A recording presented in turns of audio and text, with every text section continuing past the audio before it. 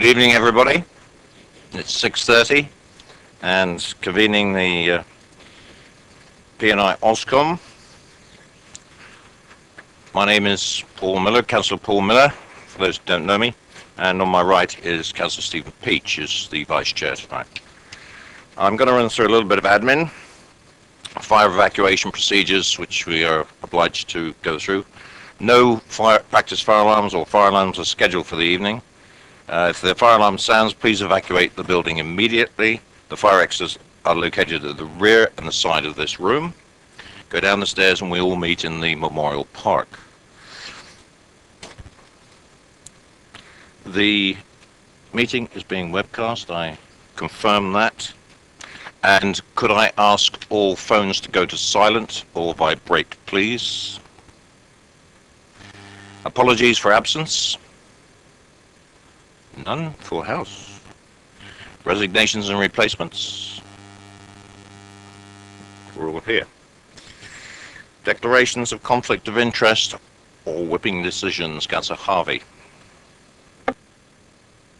Thanks, Chair. Just for clarity, for openness, I had a personal interest in a Category 1 site. I had an interest in a site that was within the town boundaries and an interest in a site in Wilton Hill that no longer apply, but nonetheless I shall declare them because I need to consult the lawyers to confirm whether or not I do or do not have a continuing interest. So I will make the personal interest this evening, declare it, and then it's on the record being open and transparent. Thank you. I am a member of Downgrange Action Group, and it's mentioned, Downgrange is mentioned in paper B. Just like to put that on record. Thank you.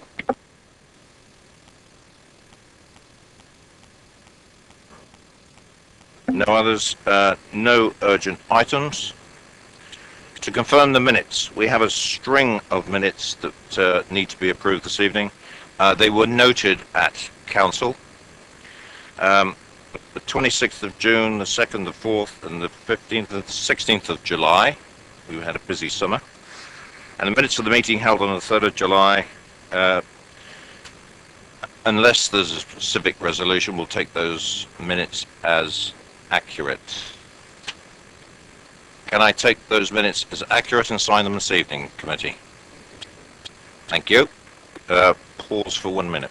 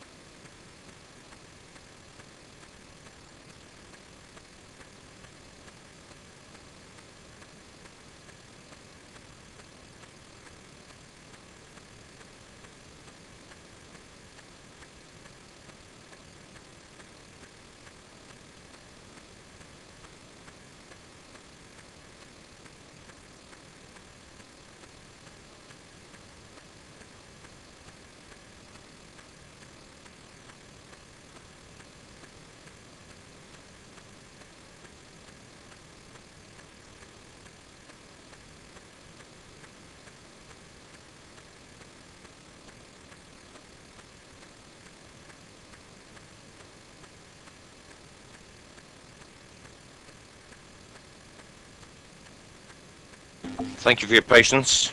It's just a formality we have to go through.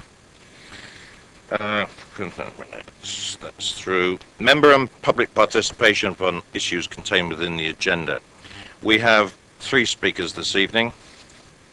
4 speakers this evening with 3 members. And Sheila Peacock, I've already had a word with Sheila Peacock, and she wants to speak on paper B, but we're reversing the order and taking paper C first. So she's prepared to stay patiently before she makes a statement. Councillor James. Jay, you said you're taking paper C first. Is that what you said? Indeed. It has to go to Cabinet next month, and it's better to contain that, and it is rather an important component part of the draft local plan. But can I just...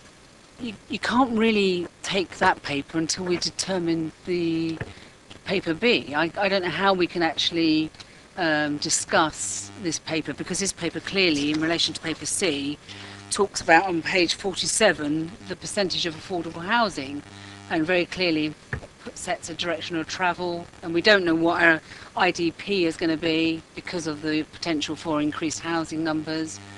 So I don't know, how can we actually discuss this paper first prior to paper B? You know, it's taking the cart before the horse, isn't it? The horse before the cart, like we call it. There is another reason, is the presenter this evening on paper C. He really has to get back to Devon tonight, and he has a train to catch, and I believe the train stopped running at a certain time, so it's consideration by the committee for a visiting presenter as well. Councillor Harvey. Thanks, Chair. I appreciate what you're saying, and I appreciate the speaker's need to be and have the presentation, then move on. The issue really, I think, relates to where the SIL should sit, or this debate should sit. I'm worried that Cabinet would even be considering it if there are significant changes that are being presented. Because if we're going to talk about an IDP, or you're going to talk about any other element that changes, that will affect the SIL. The regulations say, draft regulation, the 123 list that talks about identifying projects and types of infrastructure an authority intends to fund or part fund with SIL. All of the available evidence needs to be in front of you, and it needs to be in front of an examination for you to make a judgment. So what would the status of any debate we have round the table this evening have? And what debate or status would a debate at Cabinet have when the portfolio holder is obviously presenting a paper that contains consultation responses and potential significant changes? Question mark. It is that cart before the horse thing, and we've already got ourselves into hot water in other bits. I just think we need to clarify status of this before you go any further, really. Councillor Mitchell.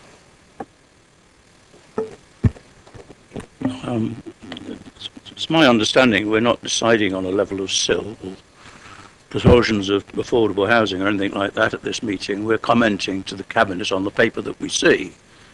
And whatever the Cabinet does, we're then saying it should go out to public consultation, and then it will come back to us when we've had public consultation. And so it seems to me that we should avoid yet another delay to everything we do by trying to make sure we know everything before we decide anything, because you can't do that. It's a complex matter. I don't think it matters a hang whether we have paper C before or after paper B, unless somebody thinks they're going to decide something on paper B, which again doesn't call for any decision as far as I can see, except for a timetable for the local plan, which must be, as it always has been, contemplative rather than deliberative, if I got my language right. We have consistently failed to have a local plan, and often it's because people have given us reasons to not talk about something before you talk about something else. And I think we should stop doing that and just get on with the job. And if we have to keep our speaker, who's going to the West Country, lucky man, here till midnight in order to have paper C before paper B, or paper C after paper B, I think it's outrageous. Councillor Gary Watts. Chair, in 7.7 risk issues, it says that the council should, if the council fails to make progress on the production of a local plan, it will affect SIL. But in paper B, we're talking about delaying the local plan by an extra 7 months. So we won't complete the local plan to 2015 December. So it makes an absolute mockery of this. And in 7.8, we talk about the government have changed the regulations and we don't have to firm anything up to April 2015. So why all of a sudden are we railroading this one through when we haven't discussed paper B, which is the more critical one? It just seems we've got everything out kilter. Could I invite Mr. Hunter to make a comment on this, please? In terms of the SIL, we're simply asking for views on this to go to the portfolio holder for the first stage of consultation. There are two formal stages of consultation with SIL. The viability of the development sites that we've looked at would be similar however the local plan was developed, whether it was developed differently than the one before that was before council earlier this year. So there doesn't seem to me to be any particular worry about dealing with one paper before the other. I think the link is less problematic than is being stated.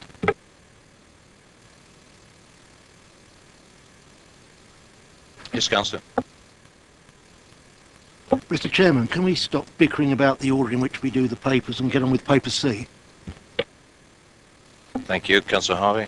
Thank you, Chair. I'm not bickering for the sake of bickering. I'm merely pointing out that the full recommendations on this report ask this committee to endorse and actually note and comment on the appropriate affordable housing requirement.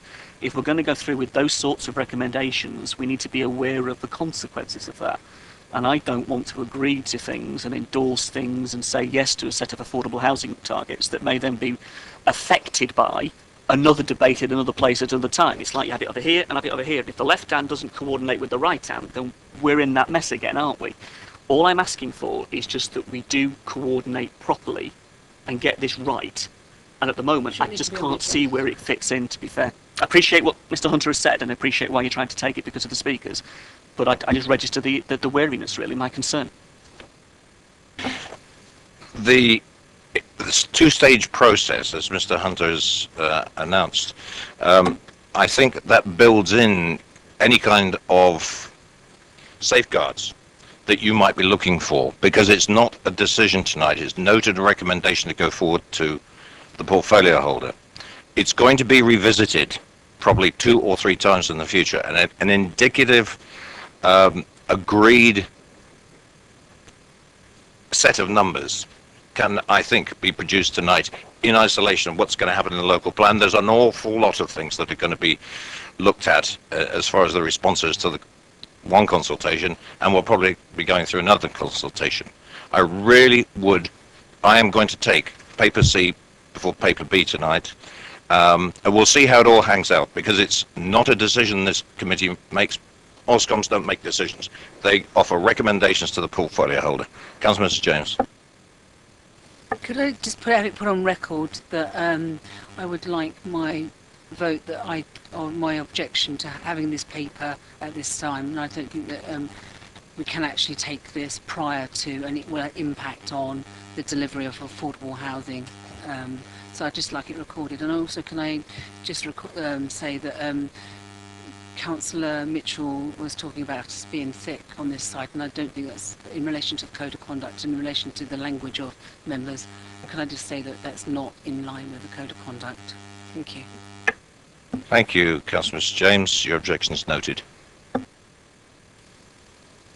I didn't actually accuse anybody of being thick. If people try and overhear private conversations, they're likely to mishear them. Thank you. Mark, could you please introduce paper C? Thank you, Chair. So, apologies. Yes, we do.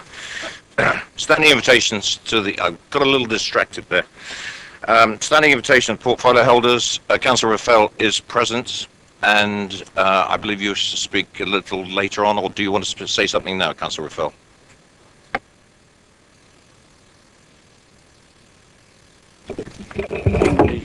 On this, we set as a council 40% being the policy for affordable homes, and it looks as though that was a wise decision now with hindsight based upon the evidence we now have. Can I say that in your discussions, I would like to hear whether you support the methodology that's been used, and I'd like to hear evidence as to which way we should go, whether to remain with 40% across the whole of the borough, or whether there should be part of the borough at 35% as suggested as an option in the paper. Evidence for that, please. It is a given that delivering a significant number of affordable homes is a top priority for us. So there's no point in stressing it again and again and again. I want to hear the evidence for going one way or the other. Likewise, I don't want to hear reasons for going to 50%. My ears will close up at that point, because that's not the will of this council, and there's no evidence in this paper to support that theory either, indeed evidence against that. So perhaps you can concentrate on 40% or 40% and partly 35%, and then that will assist me. Thank you. Thank you, Councillor Raffel. Item 10 is a referral from other committees or the council, referred from the Housing and Environment Committee on the 18th of July. We have it on the agenda, members. It's to do with parking and parking problems that can arise. I would suggest that we request a short officer report and will be addressed by this committee at a later date, probably in the new year. Can I have an agreement on that, please? Thank you. No issues referred to by Cabinet. I move on to the papers, and now, Mark, I'll invite you to introduce paper C. Thank you. Thank you, Chair. I'd like to also introduce Dominic Houston from Three Dragons. You may recall Dominic came to speak to committee back in July on the first round of the viability assessment. Just to say really that when members previously considered the work back in July, the conclusion was that 30% affordable housing was achievable. Some of the assumptions have now been revisited and reviewed, and the results now are slightly more positive in that sense, and Dominic will go through the findings of his updated work. I'll then pick up about how that's applied locally in terms of our seal charge for the borough. So over to Dominic. Thank you very much. Good evening. The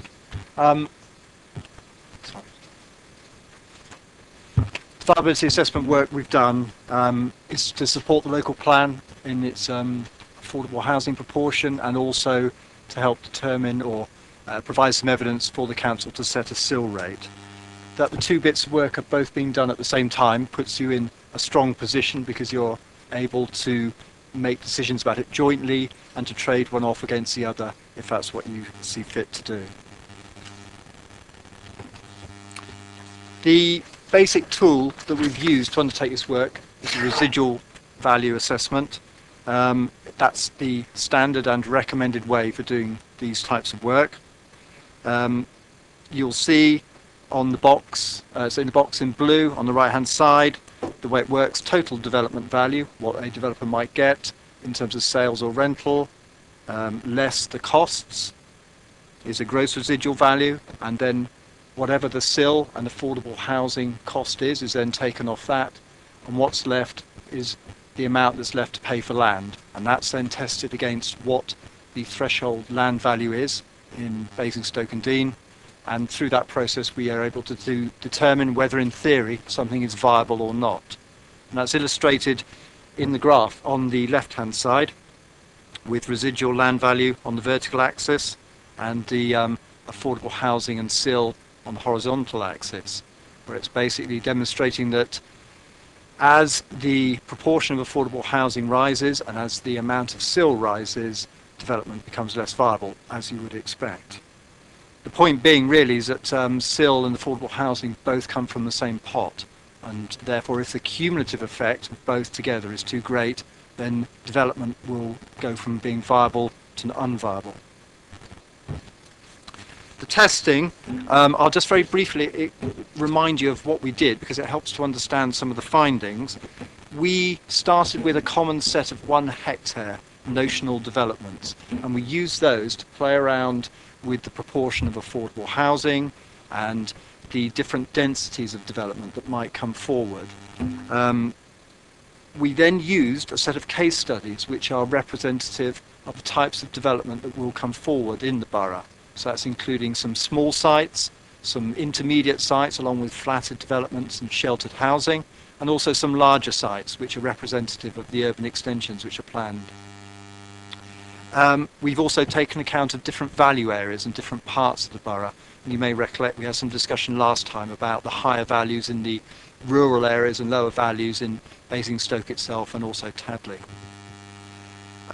We have, within those case studies, different case studies provide different viability evidence. And within the report, which was appended to the paper distributed before the meeting, if you've managed to wade your way through that, you will see in section 7 a set of tables which structure the different viability findings in order to come to some sort of synthesized view. And I would draw your attention to that within section table 7.1 if you've not already had a chance to look at that. What that does is show the process of taking the judgment from the different viability findings to come up with something that you as a council are able to act on. And then lastly, but still important, we've undertaken viability testing of a set of non-residential developments as well. So that's retail, employment uses, hotels, and so on.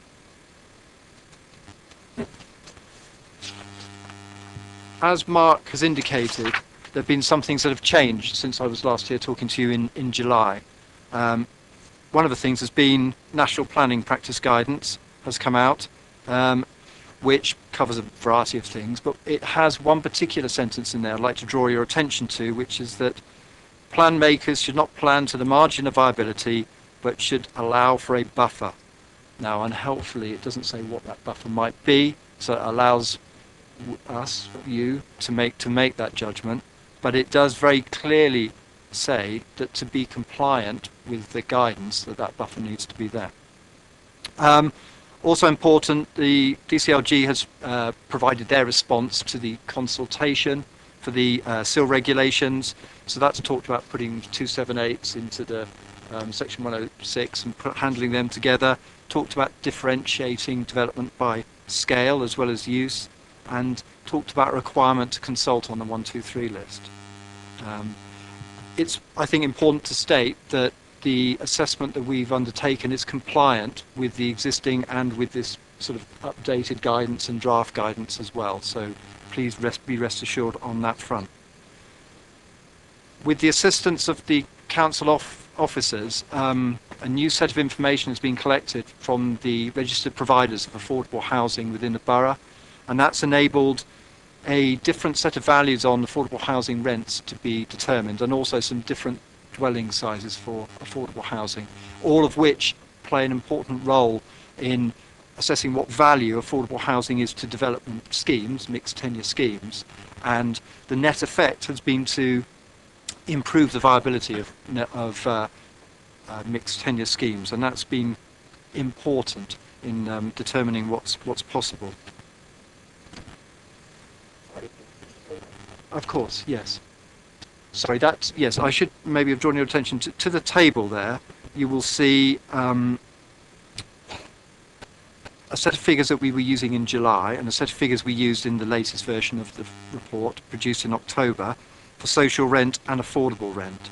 So, for example, in Basingstoke and Tadley, in July, we were working on the assumption that social rent for a 2-bed flat was £87. In October, following information received from registered providers, we were able to ascertain that actually more realistic rents are in the region of £109 a week. So you can see in percentage terms that's a significant change, and it has had an impact. Not all the rents have gone up. Well,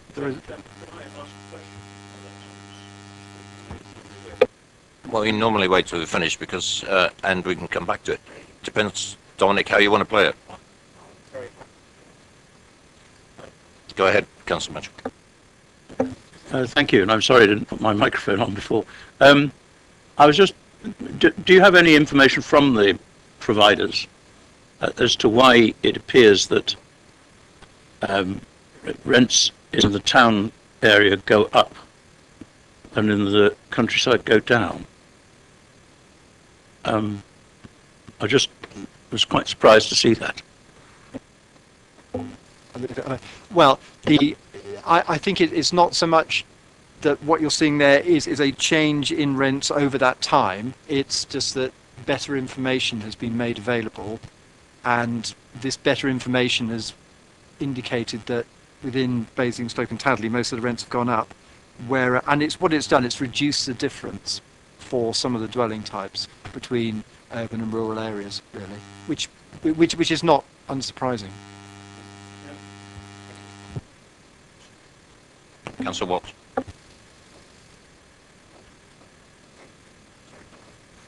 I beg it.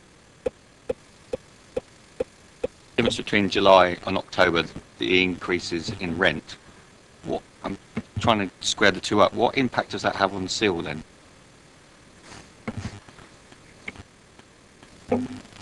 What that means, well, affordable housing is a very important component of development schemes viability because it generally produces a cost to development that the market housing has to bear. So when the affordable housing is more valuable, the overall scheme becomes more valuable, and therefore there is viability headroom that allows a higher CIL to be charged whilst the development remains viable. So the way that the value of the affordable housing components of any scheme is determined is that the net rent from the affordable housing is capitalised over time, and then that value is accounted for that way, because the capitalised net value of the affordable housing is what housing associations can afford to pay for the affordable housing. So when a developer produces affordable housing as part of a mixed tenure scheme, generally speaking, that affordable housing is then sold to someone like Sentinel or whoever it might be, and what they can afford to pay for it will depend on what rents the provider will be able to will get from it.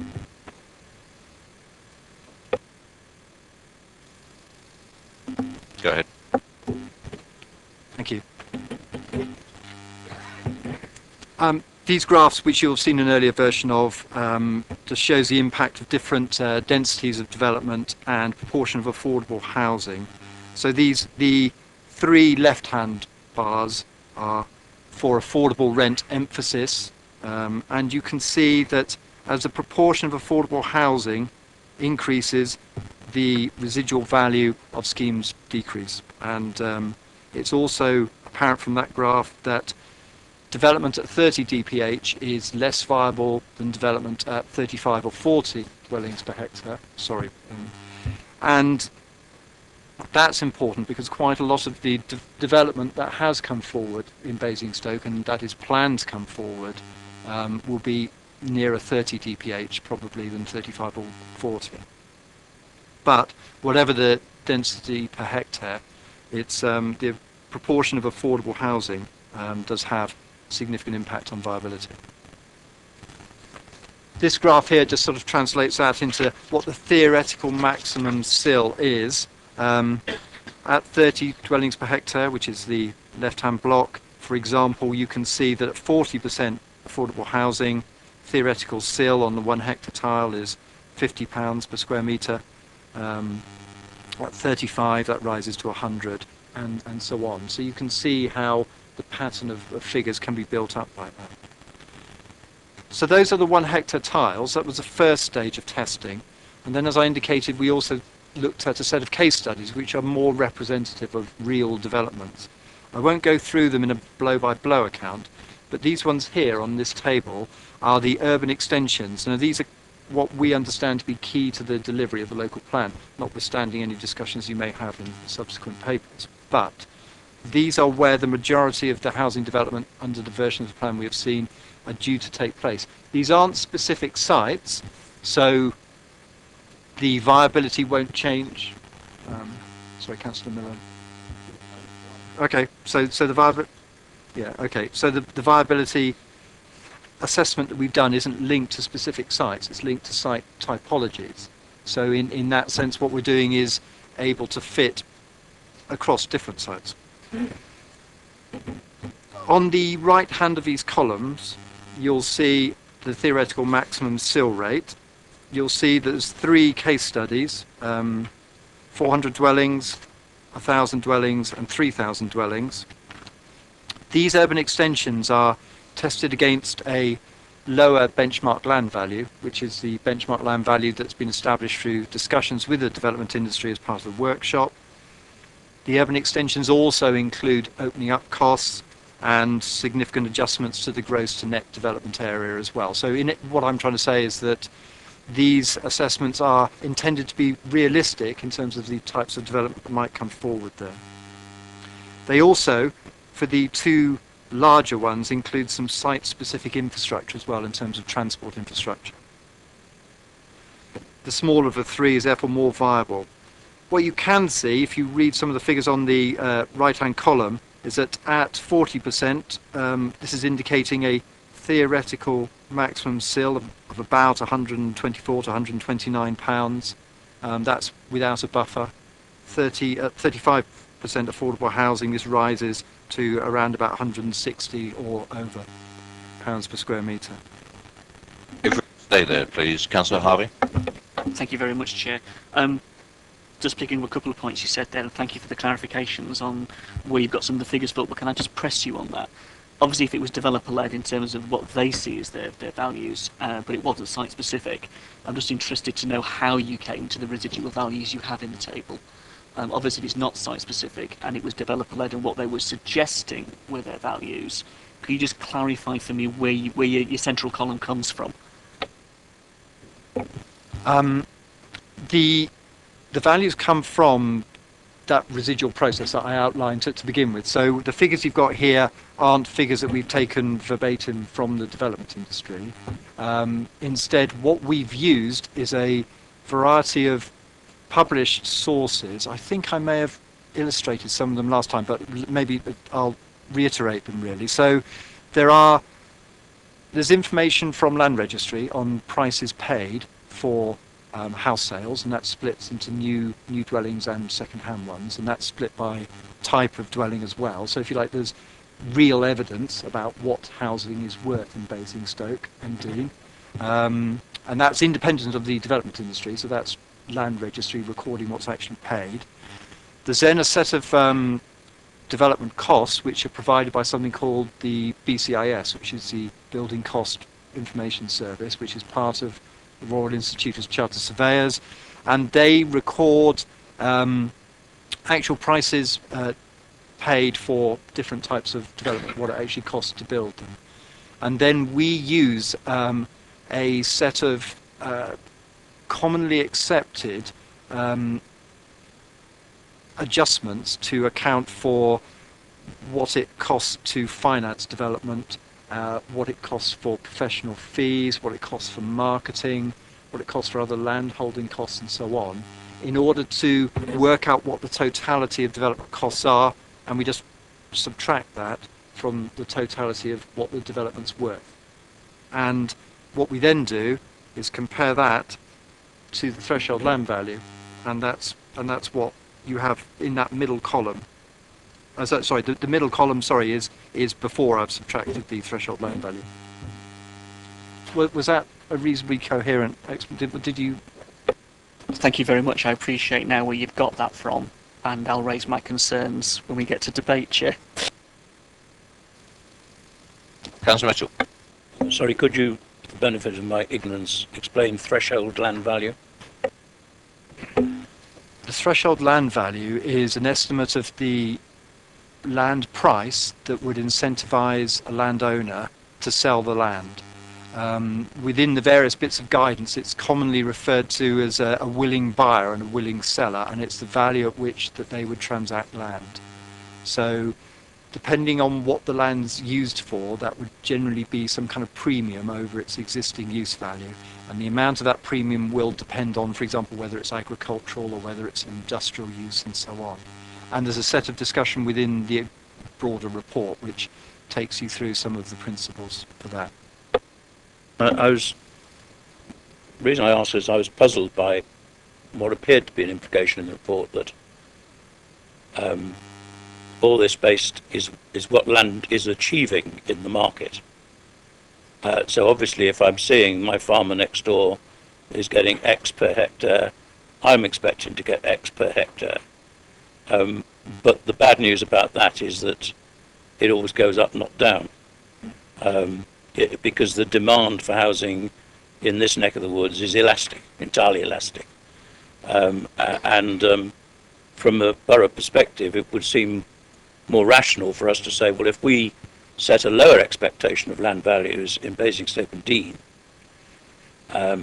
through manipulating the sort of outcome figures rather than the input figures, if I'm a farmer and I would hope to get 1,000 per something, but I can only get 800, say, I'm still pretty well motivated to sell it if the existing value is only 200. So it seems to me that the approach that's being taken is setting everything at the top value that's currently being achieved, when in fact what the government's trying to achieve and what we're trying to achieve is more building so that the house prices come down.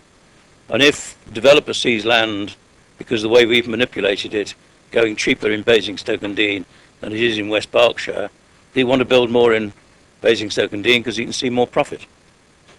So I'm just trying to understand, whether my understanding of that is or isn't right.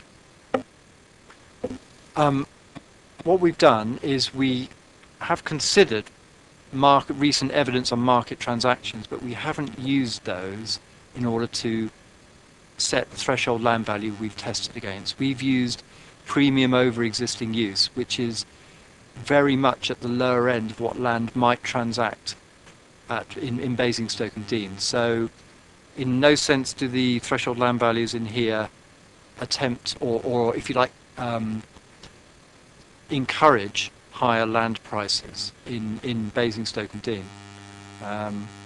And one of the other, I think, important factors in determining what land values in reality are council policy. So the amount of affordable housing and SIL, for example, and certainty about that will have an impact on land prices as well. However, against that, there will be some landowners who will have a once-in-a-lifetime opportunity to sell land, and they will often make different decisions to professional landholders who may be acting on different bases and different motivations.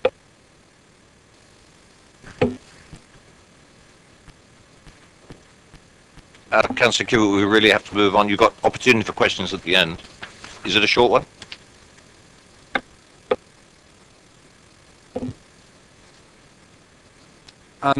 This table in blue here summarises the results through the process that I've outlined. What this is indicating is that the maximum theoretical SIL that could be achieved at 40% affordable housing in Basingstoke and Tadley is about £120 per square metre. That might rise to £160 per square metre at 35% affordable housing, and about £200 per square metre at 30% affordable housing. That's a maximum theoretical. That isn't including any of the buffer that the guidance refers to. And you can see then columns to the right which illustrate what that might be if there was a 30% buffer or a 25% buffer. In the rest of the borough, residential development's more straightforward. There's more value in it because prices are higher, but the build costs are not higher. And the development in the rest of the borough is clearly able to provide 40% affordable housing and a higher rate of SIL. One of the things I think is perhaps useful to consider is what the evidence on recent delivery has been, and you'll see a set of bullet points on the right-hand side there. If one looks at mixed tenure schemes, which include excluding the 100% affordables and excluding some of the smaller schemes which are below the threshold, recent achievements have been about 30% affordable housing, with a Section 106 cash contribution of about £9,500 per market dwelling, give or take. These figures will change a little bit depending on what sample of sites you choose to take. Now that's equivalent to about £90 per square metre SIL. So when you're considering the table on the left, you might also want to do that in the light about what has recently been achieved. And then the last table deals with non-residential SIL. In some respects, this isn't... I've got two people ahead of you, Councillor James, but if you want your name on the list, fine. Very quick one.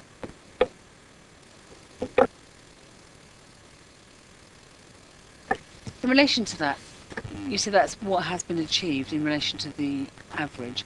Can you tell me how many of those sites in relation to that 30% or of that average had no affordable housing on. Either renegotiated or that we had no affordable housing on that site. So as an average, because we've seen a lot of sites come forward at the moment with no affordable housing on at all.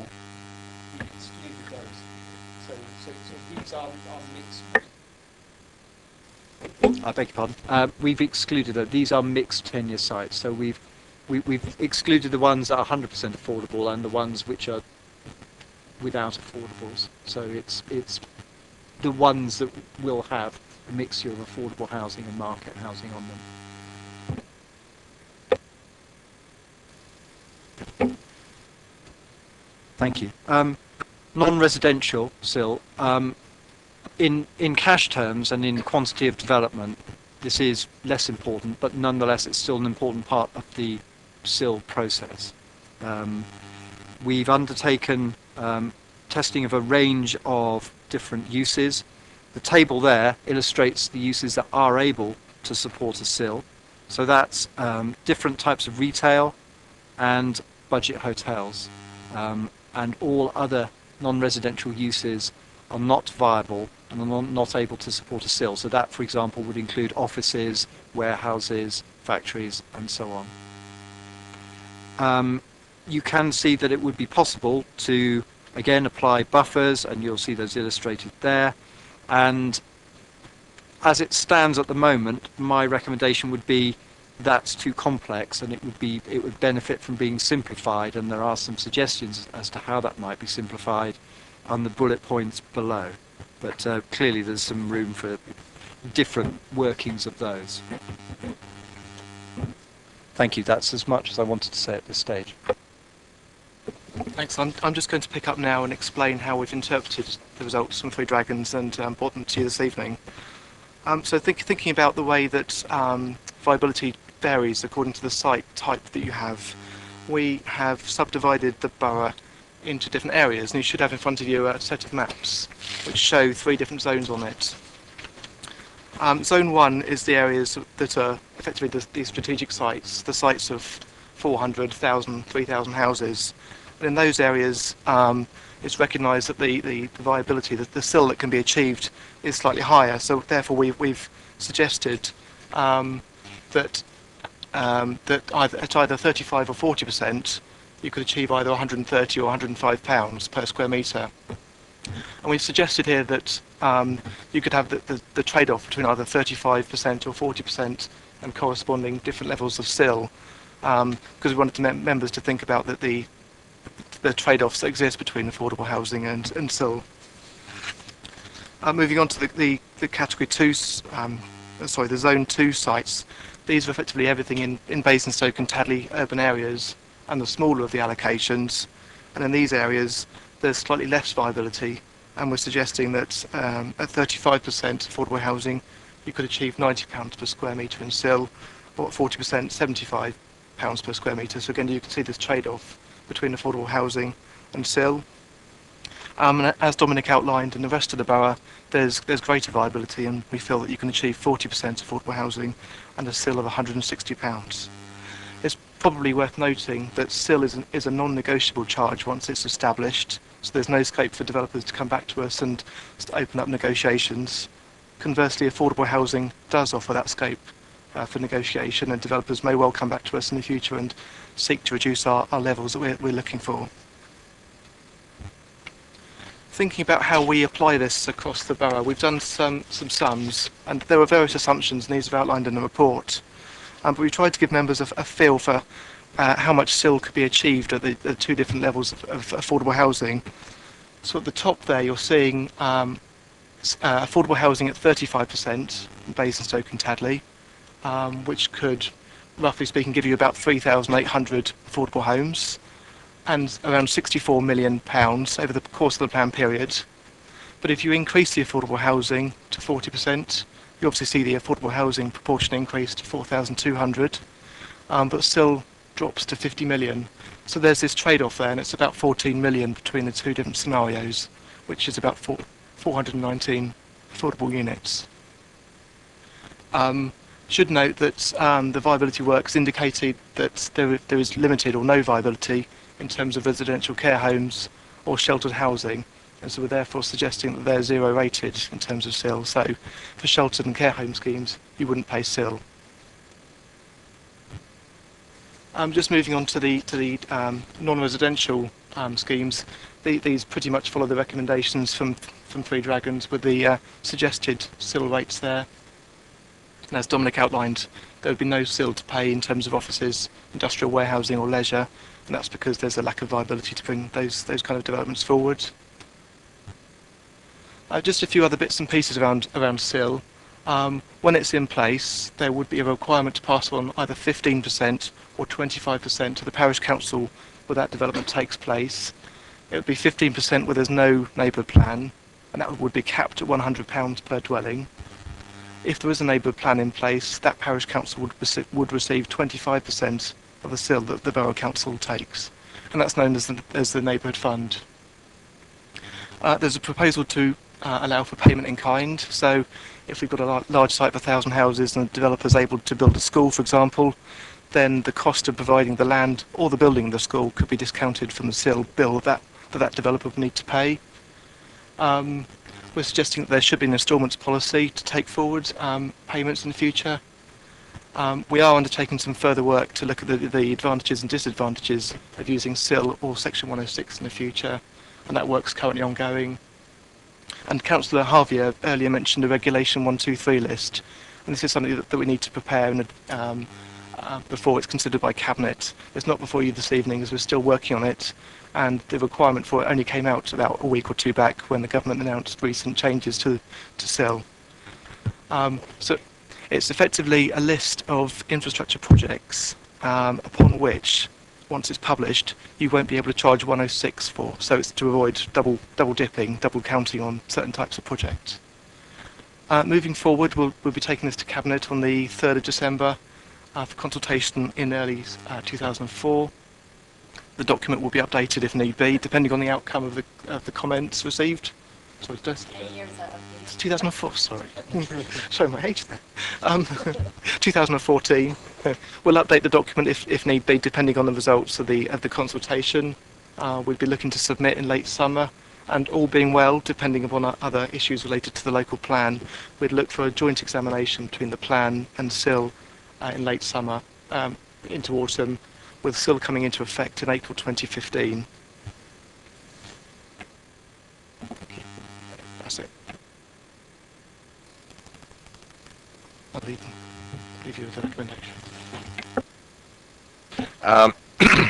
Right, I have 3 members who wish to speak. I would like to invite Councillor Tilbury to come up and have his 2 minutes.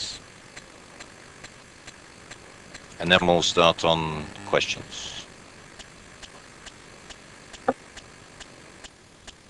Thank you, Chair. Yes, I won't go through too much because, well, I won't be able to in 2 minutes. But yeah, obviously, I think 35% affordable housing is just not acceptable. All right, we can all see the methodology, and I was involved in the viability panel along with Paul, Keith, and I think Marilyn. I think when we looked at this a couple of years ago. And the trouble is, a lot of these assumptions we make. 4% marketing fees. In other words, if you sell a £200,000 house, it costs £80,000. Does anyone honestly believe that? I certainly don't. Or even 3%, that's still 6,000. The other one is it always assumes developers borrow money, and they're allowed to put 7.5% finance costs in there. Well, in a lot of cases, and the particular case that settled the viability one, you'll recall, is the Laverstoke Mill development, where, of course, I knew straight away when I looked at the cost that the developer said they got so much money they don't know what to do with it. In their annual reports, of course, they don't say that when they put in their viability case, do they? Although it's an open book assessment, it's not that open. But of course, fortunately, they are a public company, so you can look at these things. So we don't know that. We don't know how much they're going to borrow. If I went onto one of their sites and said, sorry, I've looked at your house and I don't think it's viable because I can't afford the mortgage, and I think I'd get thrown out the door, wouldn't I? But of course, and the other impact of this is, of course, as Horace pointed out, this is very much developer-led, really, isn't it? They're assuming the worst case all the time, the maximum cost. But the reality is in many cases, they have an option to buy this land, so they sit on the land there. They stop anyone else buying it. So there is no real market in these things. So if someone else come along and say, well, actually, I would buy that land for a lot less and develop that site, they don't get a look in because that developer has taken it. And that is the real problem. Is the large developers control all the land, and until we break that up, we're not going to get anywhere. But you know, the methodology is sound. I don't argue with that and the way they've gone about it. But the problem is the developers are fixing the costs, and we know, you know. They're going to make it up as they go along. And we saw evidence of that with the Laverstoke Mill, and some of the costs in there were unbelievable. Sky high, £6,000 to put up scaffolding that I knew only cost £1,000. You know, and the problem is, if we accept their figures, you know, they will argue that they're not stupid. They're going to try and make the most money they can. And if we accept that without question, then we're, you know, more fool us. That's all I can say. Thank you very much for your time. Thank you, Councillor Tilbury. Questions, members, and Councillor Mrs. Cubitt. Not on this subject. I was given that Councillor Tilbury was the only one to speak on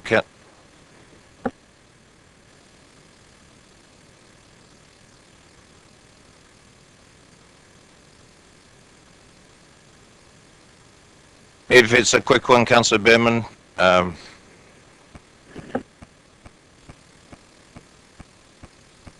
Yep, I won't tell you about it. Right.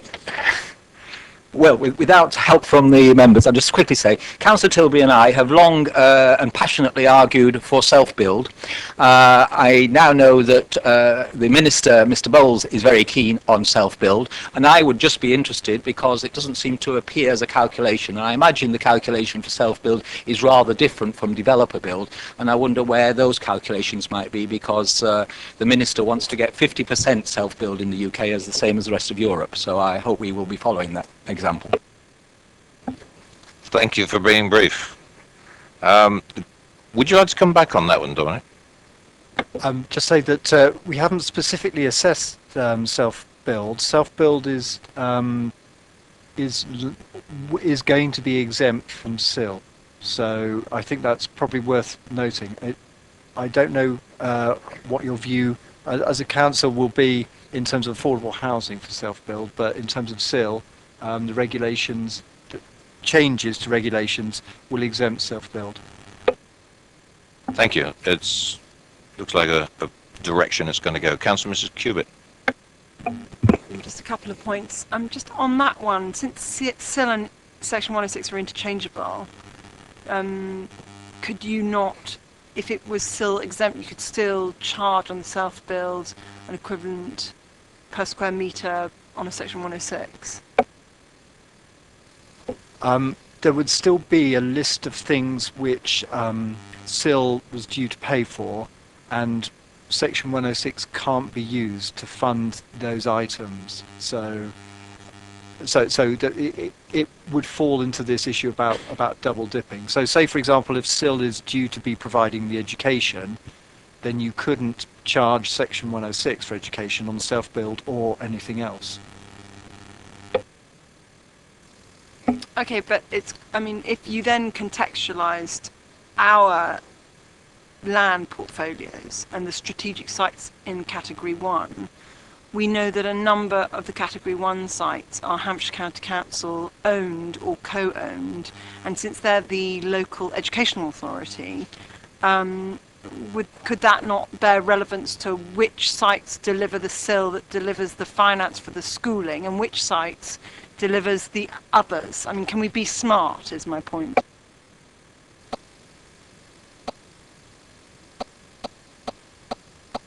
Give you an example. I mean, if we were to choose somewhere to build a school, that would cost X, but if we're Hampshire County Council, we already own the land, and the land has arable value at the moment, and we choose that site to build the school, then we're not having to pay what we would have to pay if we were having to buy land in order to build a school.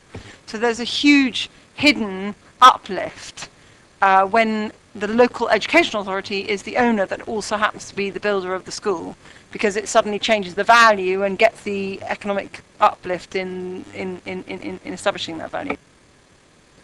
The viability assessments have assumed that the landowner is going to operate on a commercial basis. I think some of the questions you've raised are more to do with with the dual role of the public sector as being landowners, as it's holding the assets, and as charging authority for SIL, for Basingstoke and Dean.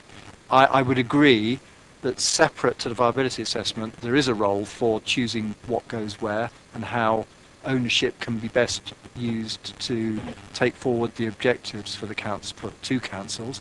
But it's not something that can be specifically addressed in the viability assessment.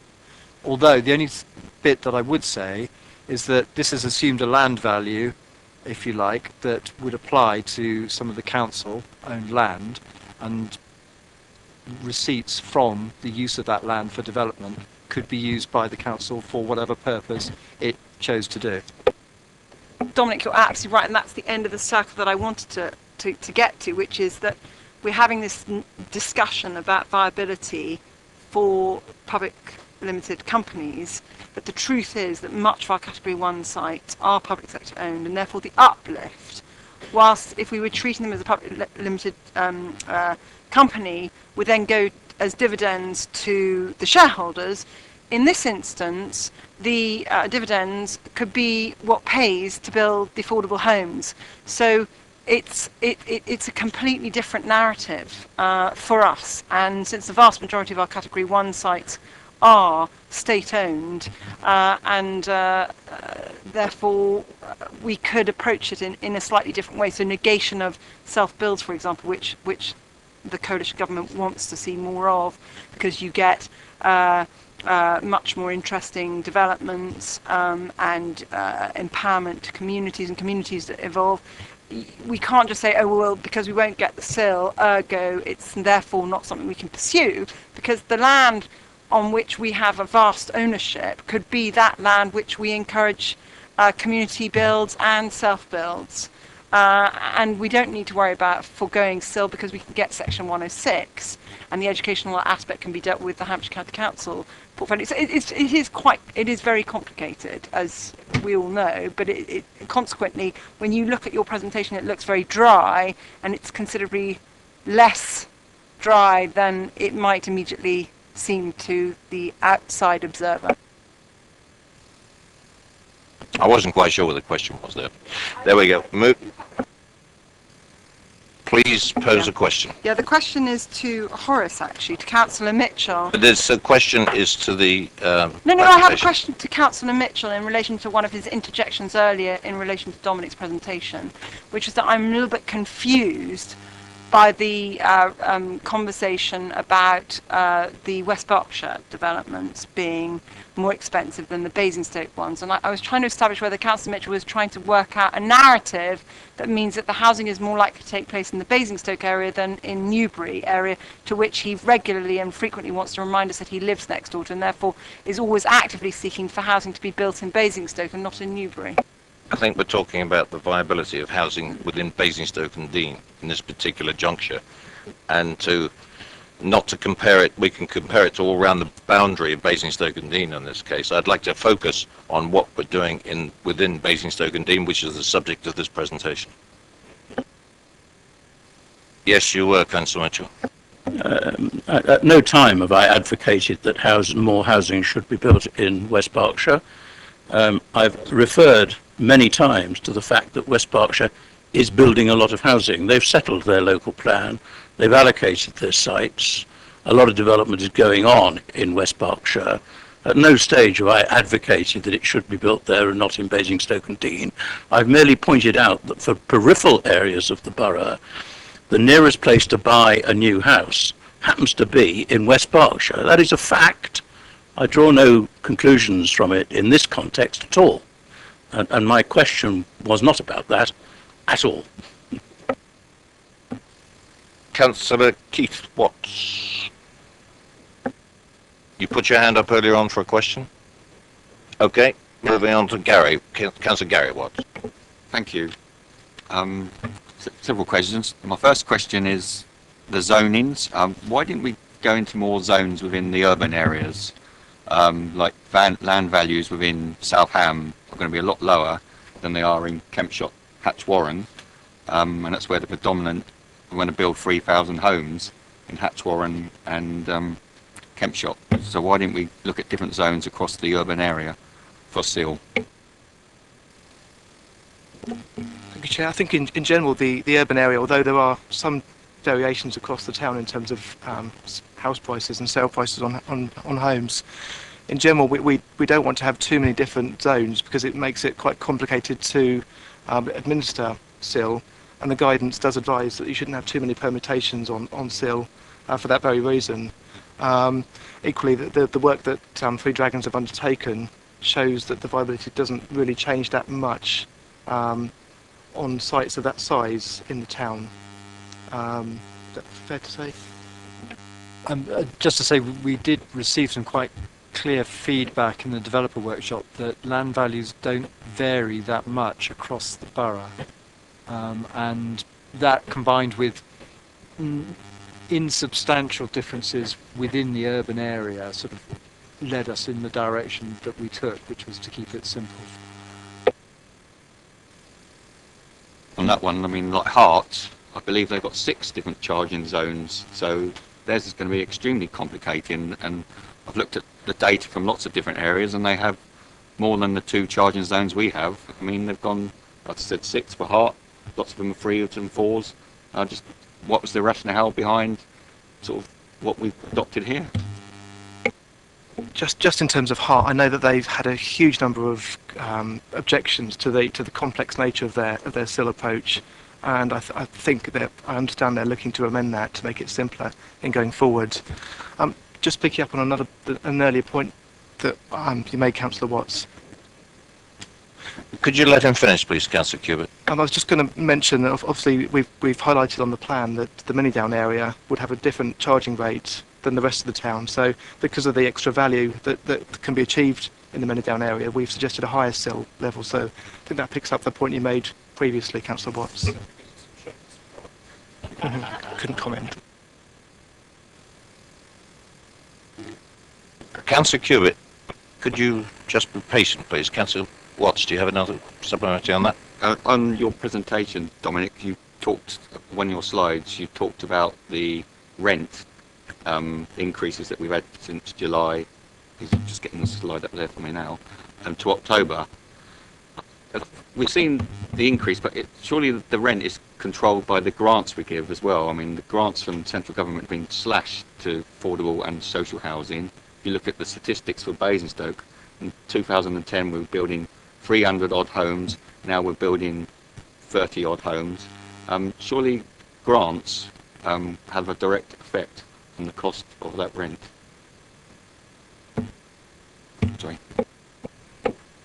Well, if I understand correctly, the sort of the amounts of affordable rent are capped by the local housing allowance. But what tends to happen is that affordable housing rents will be a proportion of that. So there's movement beneath the overall ceiling in the local housing allowance, and where the actual, in practice, affordable rents are determined by the registered providers, the housing associations, and the information we had to begin with had those rents as lower than in fact they are. So if you like, we were working on incomplete information in July, and following some discussions we had with housing associations and also with housing officers within the council, it was considered necessary to go back specifically to the key housing associations and make sure that we were using the correct figures in terms of what they are actually charging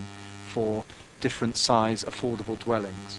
So the figures you see there don't represent them having put up their rent, more that the figures that we are now using are correct, whereas the earlier ones were too low and incorrect.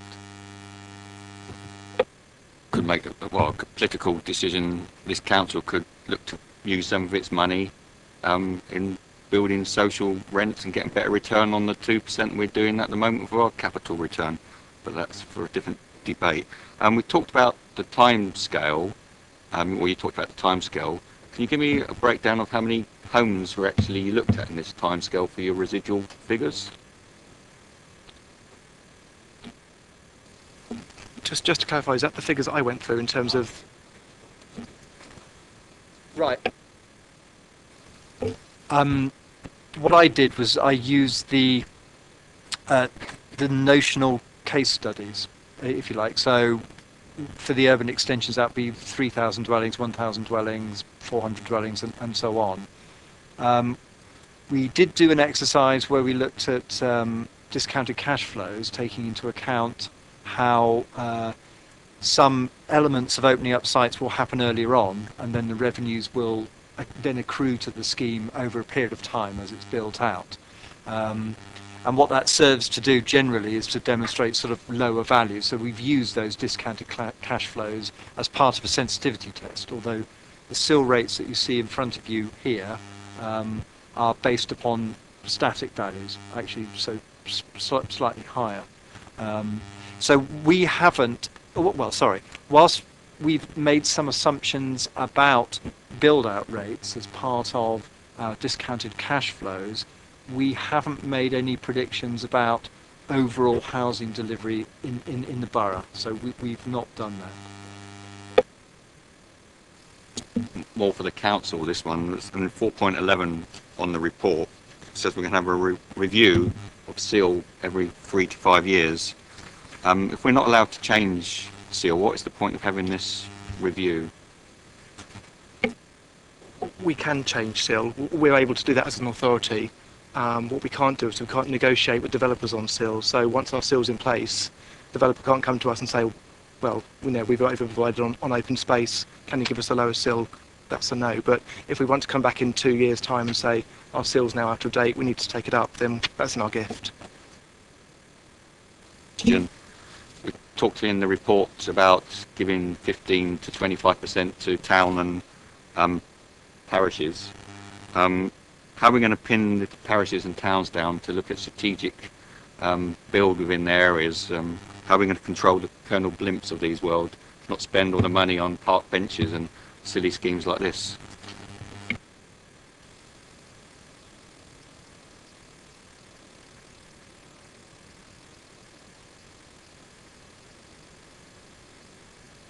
I thought that's what it was for, Gary. Just in terms of parish councils, it's explained in... Oh, sorry. Sorry, bear with me 2 seconds.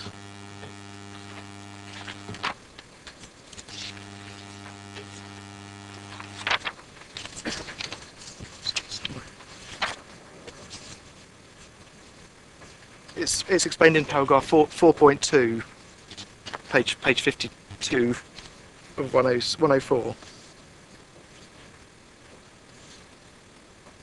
This is set out in the regulations from government, so it's saying such funds can be used to support the development of the area by funding the provision, improvement, replacement, operation or maintenance of infrastructure, or anything else that is concerned with addressing the demands that development places on an area. It's quite a broad definition, and I think we'd want to work with parishes to work out a protocol in a bit more detail in going forwards. Councillor Mrs. James. Thank you. In your presentation, you sort of gave the scenario of affordable housing or social rented. We now moved on to sort of talk about, through the rest of the presentation, social rented. Affordable rented. We're being told by officers in relation to a housing strategy that the priority is for social rented within the borough, and that's the need. Why are we now talking about the affordable model in relation to this? And should we not be factoring in relation to the SIL, social rented, or has that been ruled out by this administration? I think the primary reason for the approach we've taken is that it's very much based upon the advice of government, and government is very much advocating affordable renting going forward. And we know from conversations with the local housing associations that social rent isn't a tenure that they now favour. Hence, the approach we've taken is to take the affordable rent lead. It does offer some scope for social rent where opportunities arise. So in relation to all of those people on the register who can't afford the affordable housing model, we've ruled them out because our housing associations say that's something they don't favour. Our housing strategy said the priority is for social rented. Why are we not factoring in social rented within this SIL, or is it completely ruled out at this stage now? It's highlighted as an affordable rent lead, so we've said effectively 75% of the social housing of the 75% of the affordable housing will be affordable rent, 25% would be social rent. So we have captured some of that, but I think we're trying to take a realistic approach to what's available from government. I still don't get that because, you know, government is saying one thing, but locally we're saying this is our need. Our local plan at the moment has 70-30% split, and we're saying there's a clear need. The evidence within our local plan in relation to the housing strategy, unless that changes, is that there is a need for social rented. So, you know, the government can say whatever they like, but if our local plan is saying that we need social rented, we need social rented. Why isn't that reflected in this SIL? I think in terms of the policy in the local plan, it's 70% and it says rented. It doesn't say social rented. It's a rented lead. And in terms of, as Mark set out, this is a 75-25 split. And I think there's a slide somewhere within these that shows you the difference in viability that you get when you use different forms of rental. So the affordable rent emphasis, the social rent emphasis, the 100% affordable rent, rather than going for the 100% affordable rent, we've gone for the affordable rent lead, but there's a 25% buffer in there. So it's, you know, dependent on which approach you use affects the viability. So you would get a smaller SIL with social rent, if you see what I mean. So we're just reflecting the circumstances as they, you know, come before us from government. But our local plan in paper B talks about 70-30. Why is this paper talking about 75-25? The local plan talks about 70% rented, and the remaining 30% is shared equity. In this, what we're saying is that the viability is looking at rented in a split 25% social rent and 75% affordable rent. Does that make sense? Of the 70%. So picking up on, I think it was Mark, and picking up on Lee's point, in relation to Manydown, if we was looking at a scenario in relation to a state-owned piece of land, as you call it, but Mark was saying Manydown, on the table on page 47 of 204, which is about the different zones, you're saying that would Manydown be a 35 or a 40% in relation to zone 1? I think that's something we'd like members' views on, because at this stage the report has suggested either 35 or 40, and we're trying to demonstrate to members the trade-off between what you would achieve at 35 and what you could achieve at 40. But what you were saying, Mark, is that we would get more in relation to Manydown than we would in other sites. Is that more money still, or more affordable housing? What was your more? It's across the borough. It's across Basingstoke and Tadley. We've said you could either have 35 or 40% on sites across Basingstoke and Tadley, but you have the option of 35 or 40. Whichever you go for, you'll have a corresponding level of SIL. So if you go for a 40%, you'll have a medium sort of SIL. If you go for 35%, you'll have a higher level of SIL. And that's not just Manydown, that's across the board. Picking up on Annalee's point then, and I think there's a clear conflict here in relation to the landowner. If you use Manydown as an example in relation to that table, and we went for the 35%, or we went, sorry, for the 40%, and they paid less towards their SIL, that would then mean that their contribution would be less that they'd have to make in relation to infrastructure. And I think that we need to, as a committee, understand that in relation to percentage of affordable housing against the requirements of the infrastructure and what that infrastructure is required there, against also the commitment of county and understanding their commitment. And I think it's important on such a big site, and I'd quite like for you to just talk that through with us, Manydown really, in relation to that table and understanding the SIL. I'll give it a go. So on page 5 of 16 or 47, you've got the table. At the top, we talk about the strategic sites in those first two boxes, of which Manydown would fall within those. The corresponding affordable housing requirement, either 35 or 40, and then what you would charge per square metre of each dwelling that's provided on that Manydown site. Just to use Manydown as an example, where we're blurring the lines here is in terms of the receipt that we might get from that site. That's nothing to do with what level of SIL we might charge and how we might use that money at the end of it. This is about what SIL you would get from that site towards infrastructure. How the council then was to use the money as a receipt from the sale of the land or whatever is not related to SIL. That would be a totally different matter that the council would consider through other processes.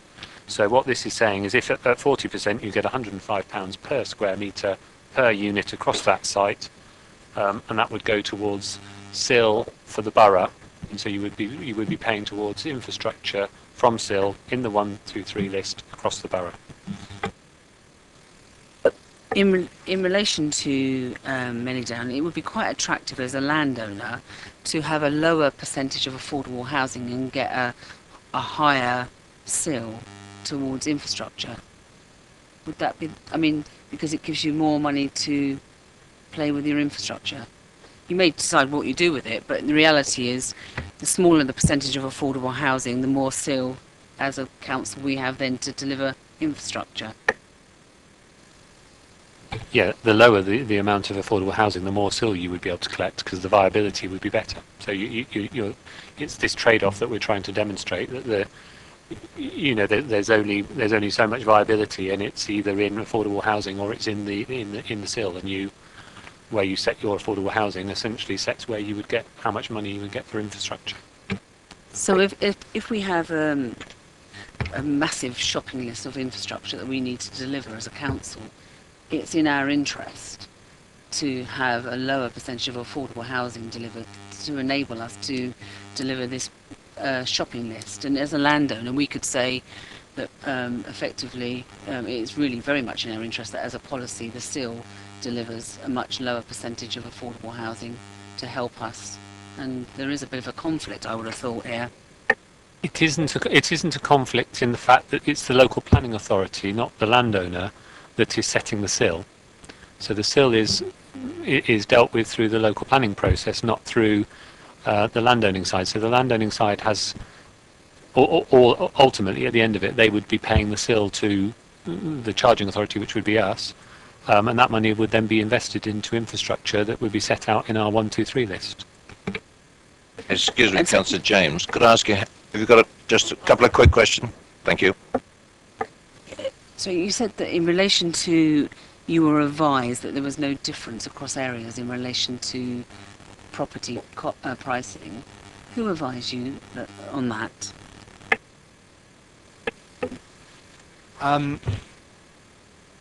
We used a number of different sources of information. We started off with Valuation Office Agency information on land values, and we then tested those with the development industry as part of the developer workshop, which was held in these offices. And one of the things we hadn't picked up from the published data, any indication that there was variation in land values of any substance across the borough. And when we tested that notion with the development industry, there was agreement that there was no significant difference in land values. There is difference in house prices though, and we have used that within our viability testing, but there was no meaningful indication that there was a difference in land values. Councillor Shaw is next. We have 7 more speakers. We were trying to get through this fairly smartly. That's before the debate. I hope we can march through this fairly smartly, because we do have people speaking on the next paper. Bearing in mind, if we go back to the recommendation, please. Just to remind the committee, we're noting the findings, endorsing and provide comments to the portfolio holder, and endorse the proposals for public consultation. Note that for the strategic sites, the relative merits of SIL in the Section 106 agreements for infrastructure provision are being explored. That's what we're going to end up with tonight. So if we can bear in mind the questions and the debate along those lines, that's our objective this evening. Councillor Shaw. Yes, I was thinking about the sort of trade-off that's been referred to earlier in the debate, and as I understand it, there's a net cost in terms of infrastructure of 198 million over 15 years to be met from various sources. And again, as I understand it, depending on the precise policy you adopt, you might raise between 50 and 64 million from SIL. Has there been any modelling done of the likely yields from the other sources of, meeting that gap? Because I would have thought, in terms of assessing the impact of any trade-off, that would be useful for the portfolio holder to have, in terms of knowing, well, given my 198 million requirement, and what might be realistically achieved from other sources, what is then the appropriate SIL or the necessary SIL to try and bridge any remaining gap? Very difficult to model that. I think the area we could model it would be within sort of new homes bonus. If you were casting that forward, you would be able to have a fairly good idea as to what you would achieve over the plan period. Obviously, lots of the funding we would have to now seek through other measures like the LEP and government funding. So some of the councils in the area have received money towards infrastructure from government pots once they have their plan in place. But it's difficult to predict what those would be through the future. But we would continue to work on that throughout the life of the plan.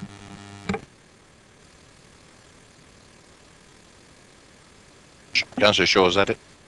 Thank you. Councillor Gardner. If you'd like to hear, it's just the one question. You've picked out Basingstoke and Tadley as the areas. Why Tadley, considering that, given the presence of AWE, the likelihood of any development of any significance in the next 15 years is highly unlikely? That was just merely because housing in Tadley shared common values with housing in Basingstoke. Maybe I should just explain, at the beginning of the process, we had quite a detailed mosaic of different house price areas, but some of the differences between those areas were not huge, and in discussion with the officers and based on the principle of maintaining a reasonably simple charging schedule, we amalgamated areas. So that's where you get 2 basic value areas for housing, one Basingstoke and Tadley, and 2 the rest of the borough. So the fact that Tadley is in the same value area as Basingstoke doesn't imply that there will be any or no development there, merely that housing in Tadley is of a comparable value to housing in Basingstoke. Councillor Mrs. Tucker. Thank you, Mr. Chairman. In fact, Councillor Gardner has brought up the subject of Tadley, which is where I was coming from, which isn't a surprise, I suppose. But I'd just like to make a comment that people have the one and only housing development that we have in Tadley. People have been moving from Basingstoke to there because the houses are cheaper, which I found very extraordinary when I saw the list when it said that the renting was the same, if not more. In fact, the actual house values, the people are moving there because it's cheaper. None of that made sense to me just from the information that I have. Really, just to clarify, in terms of the values of houses sold over, I think we went back to 2010, 2011, that on average houses of a given type are roughly the same price in Basingstoke as in Tadley, and that the main differences occur between Basingstoke and Tadley together as compared to the rest of the borough. And that's where there are significant differences. Councillor Mrs. Cubitt. Thank you, Chair. It was just to ask Mark very quickly where the objections stem from in Hart for the different zones, because I can't imagine councillors making an objection. I can't imagine the residents making an objection. So the supposition is that it must be the development industry, and since we as councillors are elected by our residents and not by the developers, I'm not sure it's very relevant to our debate. As I understand it, it was mainly from developers.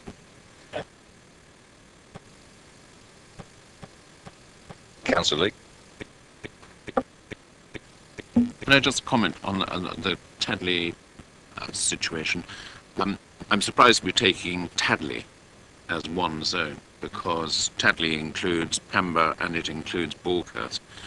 And I suggest to you that houses in Borghurst make significantly higher prices than those in Tadley itself, and I suspect those in Pember make higher prices as well. So it does seem very odd just to be taking that since the subject has been raised.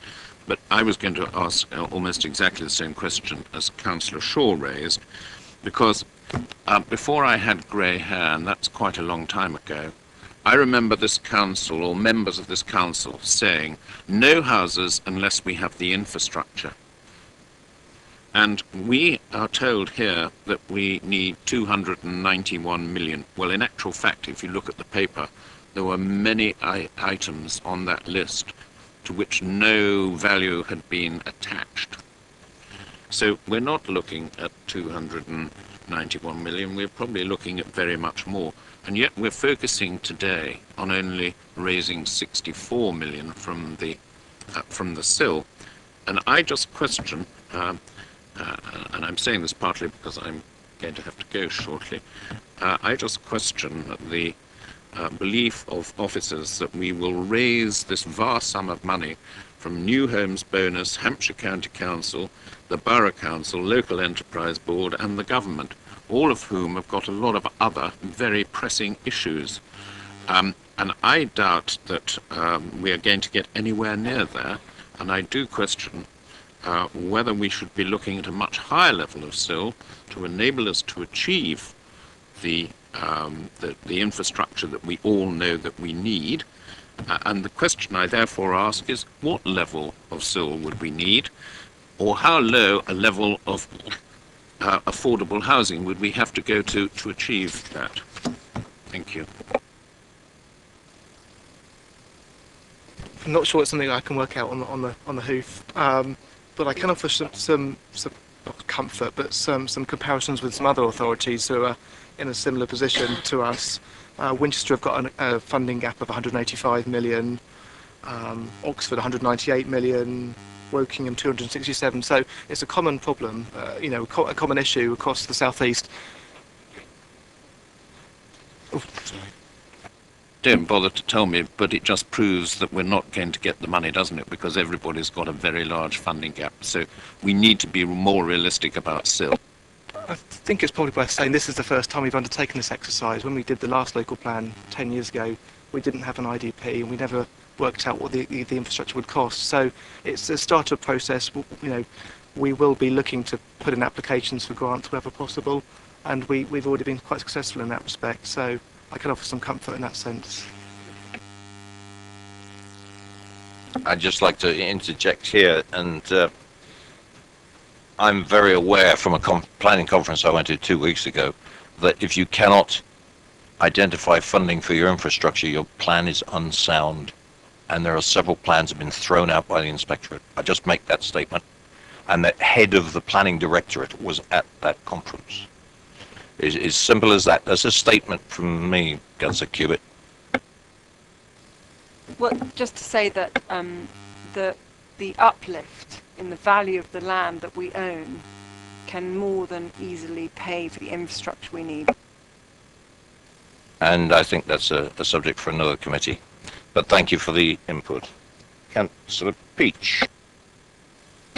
Thank you, Chairman. I refer to page 56 of 204, and it's the table on 7.1.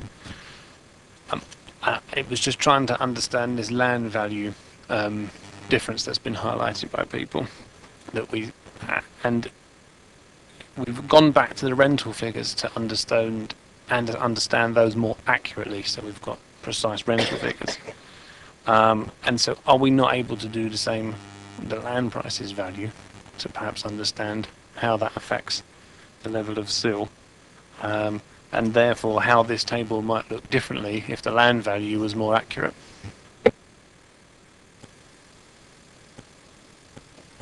Thank you. Assessing threshold land value is tricky, and I need to be quite honest about that. What we've done is we've used what is accepted as good practice in the various bits of guidance that help to direct people about how to assess land values. So we've used a premium over existing use, and that premium, as I said, varies by what the existing use is, and is in line with appeals and other SIL examinations. So we've used a tried and trusted way to do it, but it is still not a precise process. One of the issues is that if we were to use the actual prices that some land has been transacted at, is that there would be a lot higher land values, which aren't helpful to the council, because those land transactions have been undertaken on current policies rather than future policies. So a future policy with a given amount of affordable housing and SIL will have an impact on land values. And also, land is transacted for a whole variety of purposes as well. So some land is transacted because buyers are able to make money through other operations using that land, or it fits a wider set of business strategies rather than land development finances. And so whilst surveyors would gravitate towards what is the last transaction of land, and that's your land value, the good practice is to say don't use that, but use premium over existing use, which is what we've done. I don't think there's any suggestion that we've uncovered that the values we've used are incorrect, although that might emerge through the consultation process, which is to follow this. But I don't think that threshold land values are something that can be explored further at this stage in order to come up with any new information or any new basis upon which to judge affordable housing or SIL. Okay, thank you. And the other question was in regards to page 52 of 204, 3.16. And again, it was the other, I don't know if I got the right page. Yeah, 3.16. Yeah, I was just looking at the SIL charges on here, and I was interested to see how something, for example, like a retail warehouse would pay more SIL than something like a supermarket. And I just interested as to how that comes around, because it struck me that there would be more pressure, if you like, on infrastructure from like a mega Tesco's or a mega Sainsbury's, and depending on the warehouse use, I'm assuming retail warehouse is what's indicated here. I can't imagine they would generate more pressure on infrastructure, but maybe I'm misunderstanding it. The ability to pay SIL is more to do with the viability of the development rather than the pressure on infrastructure. So these figures here are based on ability to pay rather than a reflection of the pressure on infrastructure. Now, over the course of the plan, there will be far fewer developments, numerically in absolute terms, for these non-residential uses than there will be. So I would have said there is likely to be a greater degree of variance in the viability of individual schemes within non-residential. So it's worthwhile pointing that out. And I'd just pick up again, and just the element you were saying is about their ability to pay. Again, I would assume if on the reference of point 3 at the bottom that this is sort of DIY items and those sorts of things, that perhaps the potential of a large supermarket, that they would have more ability to pay. The retail warehouses will cover DIY stores, will also cover some of the sort of out-of-town sort of consumer goods. The sort of usual suspects are developments of Boots and Next and TK Maxx or whatever one sees in sort of out-of-town retailing. In terms of ability to pay, yes, large supermarkets operations are often able to meet very high land values. There is, and this is where it starts to get quite detailed really, because some supermarkets are stronger brands, are stronger businesses, have a stronger covenant and are able to pay higher land values than other supermarkets. So I think you may have in your mind some of the leading supermarkets which are probably more viable than we have here, but there are also other food retailers who aren't as viable. And what this does is this takes an average between them. Right, I have Councillor Harvey followed by Councillor Mitchell. I'll draw the line underneath that and then we'll move on to debate. Thank you, Chair. I wonder if I can ask for some help on the Section 106 element of this and how that fits in. In the report, on page 56, we've got the italic relating to the table, which talks about Section 106 contributions of £6,500 per dwelling. Then in the presentation, we had Section 106 contributions of £9,500 per dwelling. I just wanted to understand what was the current and what was the projected. And to complete my question, so you got it all, if I go to what you're predicting is the likely Section 106, would I be right in assuming that we're talking about a drastic reduction in what we would take in 106 from a property once SIL is implemented, and what actually would that figure be? Just to explain the difference in the two figures, you see in the report it says 6,500. That refers to affordable and market homes, so the average of the two combined. Dominic's presentation just referred to the market homes, and that was 9,500, give or take. Projecting that forward, the work that Three Dragons have undertaken assumes that we'll take SIL for the majority of development, but we'd also take some 106 in going forwards, and that's an average of 1,500 per dwelling, and that's to pay for small on-site provision of open space, for example.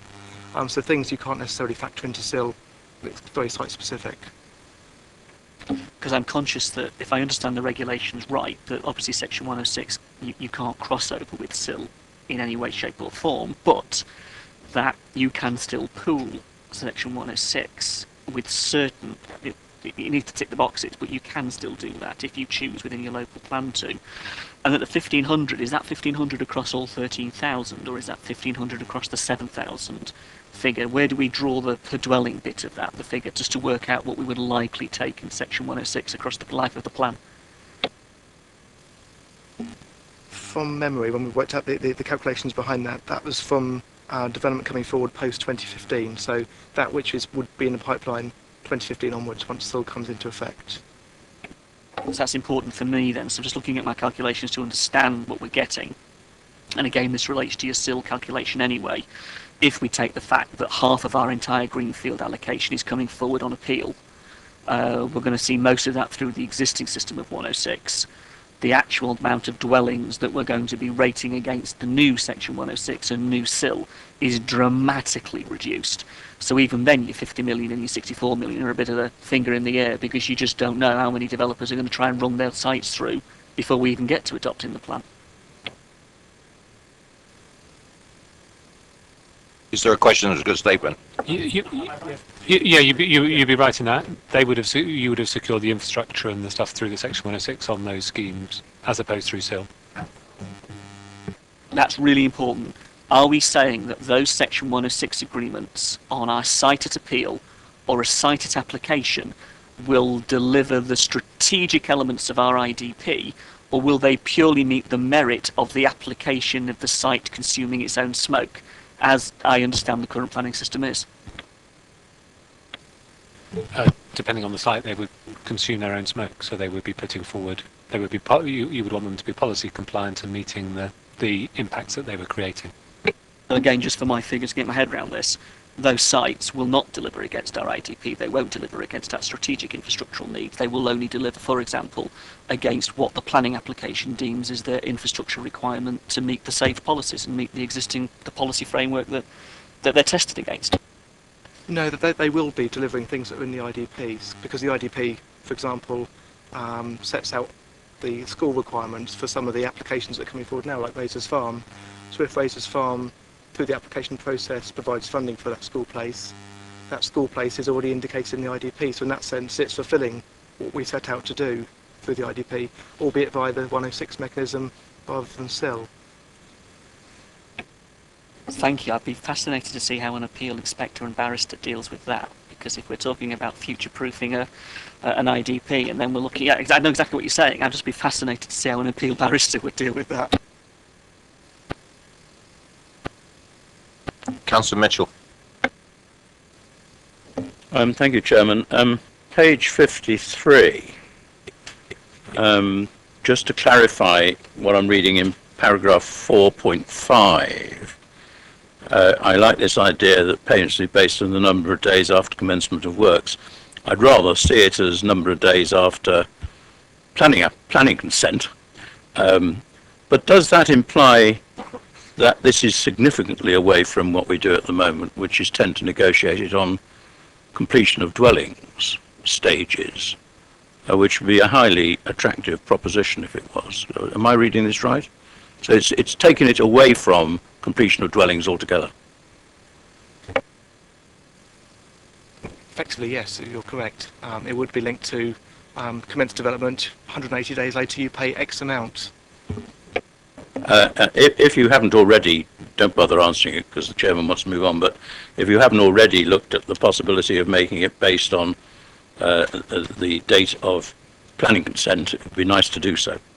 On page 85, it talks about the tests. And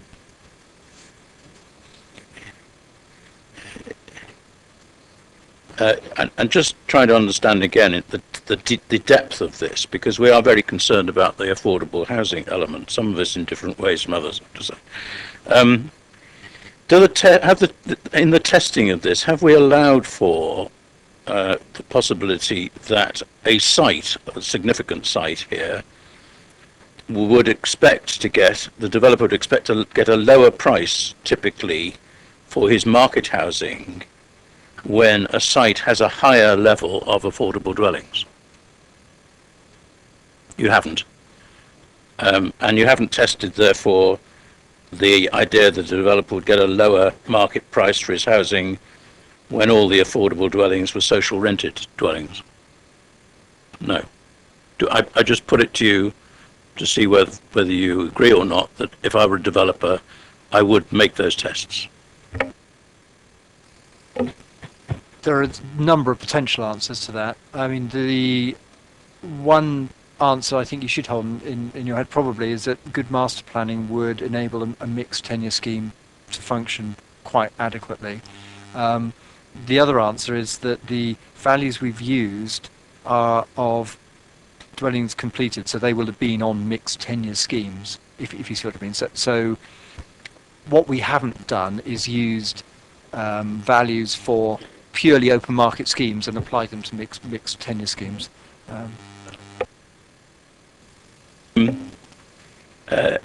Just without opening up the whole debate about multiple zones, would there be anything in principle to stop us from having a different rate for, in particular, for Manydown?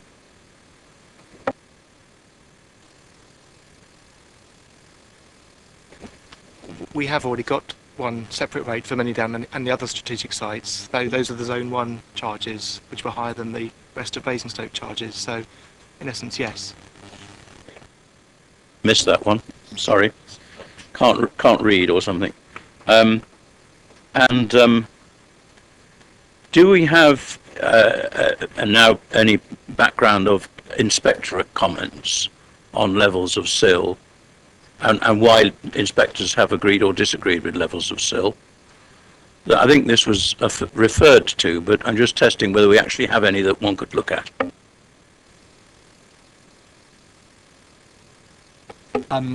There is available a range of examination reports. The inspectors have to do tests against 3 factors, which is to do with evidence of need.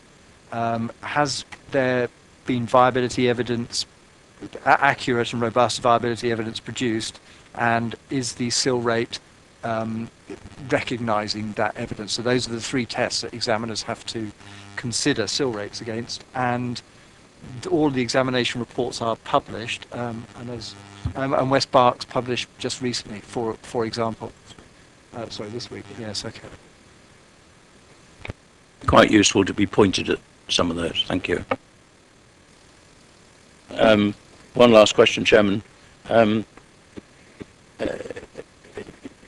When we looked at the threshold land values, did we include in that any discussions with what I might call ordinary landowners, as opposed to developers who are also landowners, who've acquired quite a lot of this land or taken options on it at a particular hope value expectation? And the reason I ask the question is, for example, we have quite a lot of evidence of landowners putting their land in for development at significantly below your threshold land values, where there's a community desire to do something. For example, rural affordable housing landowners put their land in at significantly below threshold values.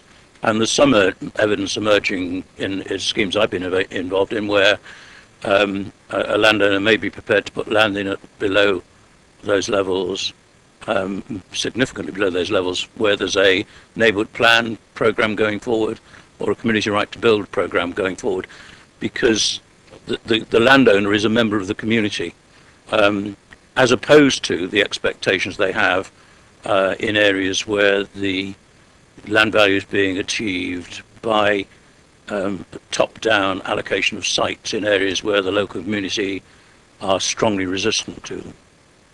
Have you tested that at all? The potential for what I'd call real landowners to be more cooperative.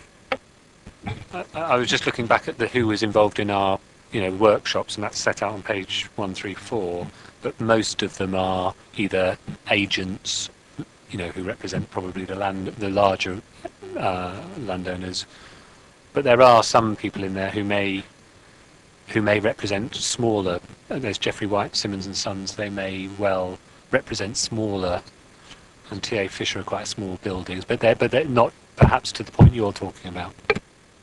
People I'm talking about, you would avoid talking to their land agent, because their land agent would have the wrong end of the stick entirely. Right, thank you, Councillor Mitchell. That's the end of debates. The questions. Now we're going to move on to debate. Councillor Harvey, to kick off. Thank you, Chair. I've listened carefully to the debate tonight and the debate before. I've read the papers. I've gone through the evidence that's been presented to us, and I challenge that, in my opinion, this is the best practice approach, to be perfectly honest with you. And I do not endorse the recommendations. I don't want to endorse anything tonight at all. The thing for me about the zoning is on page 136, really, and that graph of the map on the top of the page there that reflects, and it's only a map, there's other examples that I could pick out and use from other pieces of evidence that just shows the complexity of the market that we're talking about.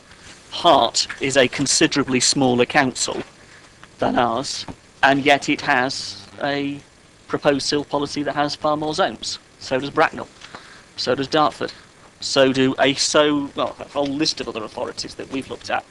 And from that point of view, I think the zoning, Mid-Sussex, for example, as one good example of a very large geographic council reflected against what it's trying to do. So I think the zoning issue for me would be a problem, partly because of the uprating of values and the market changes over a planned period. I think that's important. And then we float in that the issue of public ownership. And I wouldn't want the Cabinet member to go away without thinking about the fact that the number of our sites are in public ownership. We've not really examined densities as an issue, the fact that residential development is not all the same. There are significant differences within the residential market itself, depending on what you're seeking to build, let alone the fact that you're simply building residential as opposed to commercial. I'm not persuaded by the paper at all, Chair. And I think in terms of the funding gap, we're looking at such a funding gap. I think if we sacrifice our 40% affordable housing rate because we seek to gain a few £1 million more, the actual gap we're looking at is over £100 million worth of a funding gap, nearly 135, 150 million, depending on how you choose to calculate your Section 106 and the rest of it. I'm not persuaded by the way that the developer values have been calculated. I know there is a difference, a fundamental difference between what a developer will set as their house sales, the actual sales of their units, and their stock, and the manner in which they go about setting those issues, as opposed to the value of the land that they purchase and how they go about purchasing the land. And those land values are different. And if we're not dealing in actual land values and we're dealing in speculative land values, I think that's very, very, for me, fundamental problem with the methodology. Councillor Harvey, I do apologise Yeah, for interrupting you. It's nothing to do with what you're saying at all. It's just that our presenter has a train to catch. Yeah. And I'll finish off with just 2 more points to make, actually. Oh, okay. you nearly got me there. So I was going to say that in terms of where we're getting the evidence base, the methodology for this, I have a real problem. The 2 points I want to leave you with, Chair, is Sentinel's contribution to this debate as part of their evidence, where they say that, however, the delivery of affordable housing should be recognised as a key priority for the borough, but the policy in the local plan does not go far enough to portray this. And specifically on the 40%, which you're being asked to comment on in relation to this, the policy should include a statement to the effect that where viability is an issue, other infrastructure payments should be reduced so that the 40% housing can be achieved. This general approach is recognised within the Council's own viability assessment for the document. So that's one of our own partners saying that, and I think we should pay attention to that. And my final point relates to 3.9, Chair. My worry is that we can play as much as we like with this tonight. All those developers who are putting all their sites through now, and in the extra time that we're now having because of the timetable, they are not going to meet our strategic infrastructure needs. They are going to want to get around it. That's why they're doing it. So again, I've got a problem with the process, because with the methodologies up here and realities over here, and somehow we've got to get much, much closer to the reality than we do to this ethereal idea of what somebody sat with a barrister at EIP, in my opinion, will tear to absolute pieces. Thank you for that. Dominic, do you want to have a final say, or do you want... You're free to go as whenever you're ready.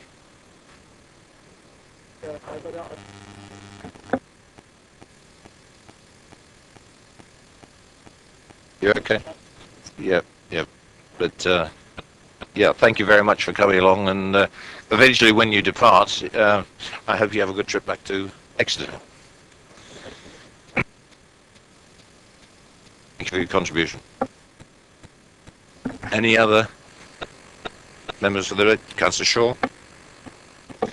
Yes, thank you, Chair. 4 or 5 comments. I rather object to recommendations that include the word endorse, because I don't really fundamentally see it as the role of an overview and scrutiny committee to sort of endorse or necessarily oppose what is at this stage being put forward by officers. I think it's really our role to take an independent, objective view so far as we can achieve that, and to present our views. So that's what I intend to do. I think in terms of comments, I think certainly the portfolio holder ought to check the line-up between the housing strategy and the planning policy that he puts forward, because any gaps or differences between those are likely to be exploited in any event. I think he should certainly look at this issue of having a greater number of zones and look into the detail of that. And I think he should certainly maintain the 40% affordable housing. Officers made the point that, well, if we perhaps go too far on the affordable housing, it's at risk because it can be challenged and negotiated away, by the developers' challenge. But they're likely to, if they feel it's in their interest, they're likely to challenge, the percentage of affordable housing, whatever that happens to be, whether it's 35 or 40 or whatever. So I think, there's evidence, in the report that 40% can be maintained, and I think we should, continue to adopt that particular line. I've got a suggestion. I'd rather agree with you. This is me speaking personally. Endorses is maybe a little bit strange in this particular context, and we could actually change that to acknowledge, or words to that, or comments. Provide comments. Cut out endorses and provide comments to the portfolio holder, and do that on both 2 and 3. Sorry.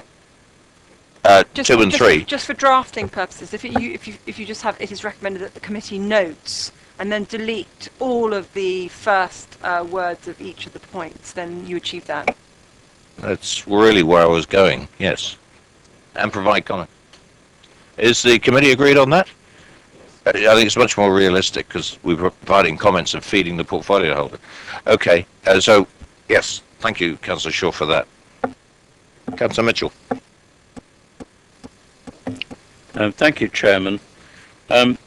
Just looking at the diagram on page 77, the one with the pretty colours and the neat little calculation there, or illustration. It seems to me that this simplistic thing of there's a point here at which it's viable and a point below which it's not viable seems nonsense. It seems to me that, as an example, if the council sets and gets away with, if I put it that way, a sill level which is higher than these calculations would show, the developer will go back to the landowner with whom he's got an option and say, look, this rotten borough, Newport would like that, this rotten borough set a ridiculously high sill. I just can't afford to pay you the amount we'd agreed. I'm going to have to knock X amount per hectare off the value. The landowner then says, well, I've got a question here. I'm going to wait for an indefinite amount of time till the council realises nobody's building any houses anywhere, which seems to me highly unlikely, and then they'll drop the sill and I'll get the value that I was expecting to get. Or does he say, well, I better bite the bullet and take the money while the going's good, because nobody knows what the future holds?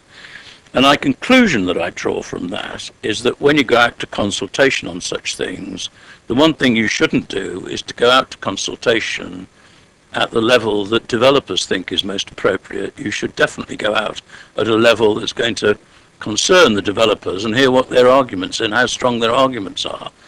But if you're going to do that, you have to have a very strong case yourself as to why you're going that route, which is why I'm interested to see what inspectors have said about other people's efforts. But bearing in mind that we're going out here for a consultation first stage and not what's going into the plan, I do think it holds good that you go out and have the argument. Rather than have the argument, then go out with what they think you've agreed to do, which seems totally arse about face, if you'll pardon my French. My other thing is that people would be unsurprised to know that I have a rooted objection to the hosing down of the rest of the borough outside of Basingstoke and Tadley as the rest of the borough, as if it was a place that had the same land values and house prices across it, which is patently untrue. I mean, the figures in the report for a 4 and 5 bedroom house make no sense in my area at all. 50% higher in my area, and in fact in most of my ward the prices of the houses are 50% higher than we're portrayed in the report. So it's patently not the case that the rest of the borough looks the same. And also different parts of the borough, depending whether you're west or east and north, also look quite different from each other. But as well as my sort of inherent objection to the way we keep doing that, despite my objections every time, I just point out some things about the proposition of having a higher proportion of affordable homes in rural areas than you have in town areas. First of all, you're putting the highest proportion of affordable homes and the highest sill, well, the highest proportion of affordable homes first, in the borough's least sustainable locations.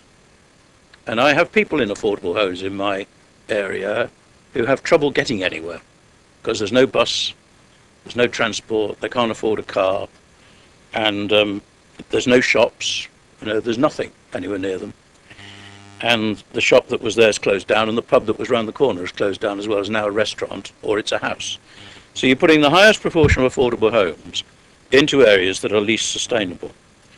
You're also putting the highest proportion of affordable homes in areas with the lowest demand and need for affordable homes. And again, I've got data to sustain that point.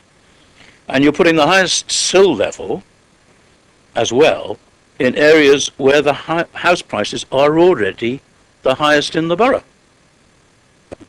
Because that's why you're doing it. I mean, that seems to me entirely, that's pure financial argument and takes no notice of the underlying realities. And we're here to look after our residents, including those in affordable homes, as well as to try and get some money in for other things. It makes sense perhaps in income terms, but not in terms of people living in need to live in affordable homes. And then the other point on that is you're putting the highest contribution to infrastructure, leisure services, etc., etc., etc., in areas where people live who have no access to the borough's infrastructure. And not going to get any new roads in my villages. We're not going to get any new theatres and cinemas or leisure centres or any of those things in my villages. And I'm going to have to go to the residents and say, oh, as well, you're going to have your house prices put up higher, and they're going to build affordable homes that there aren't any people who want round here. So the economic logic of it might be there if you look at it from a purely financial point of view, but the social logic of it isn't there at all. And I'm trying to ignore the fact that somebody's chuntering. I've no idea it might be. Thank you, Councillor Mitchell. Councillor Gardner. Thank you. I'd just like to pick up from where Horace was, that there is a need in Basingstoke and Tadley for 40% affordable housing. As Horace said, the need in the rest of the borough is lower.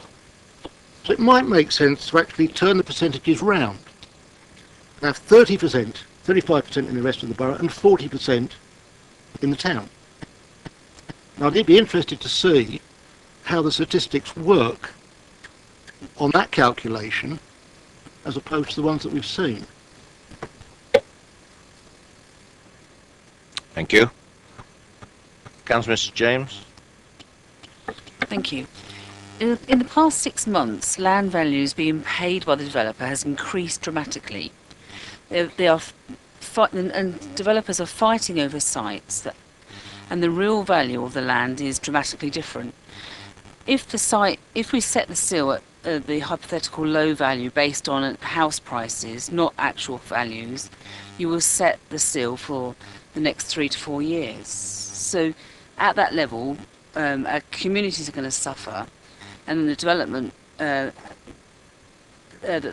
we get will have a massive impact on those communities, and they get nothing back.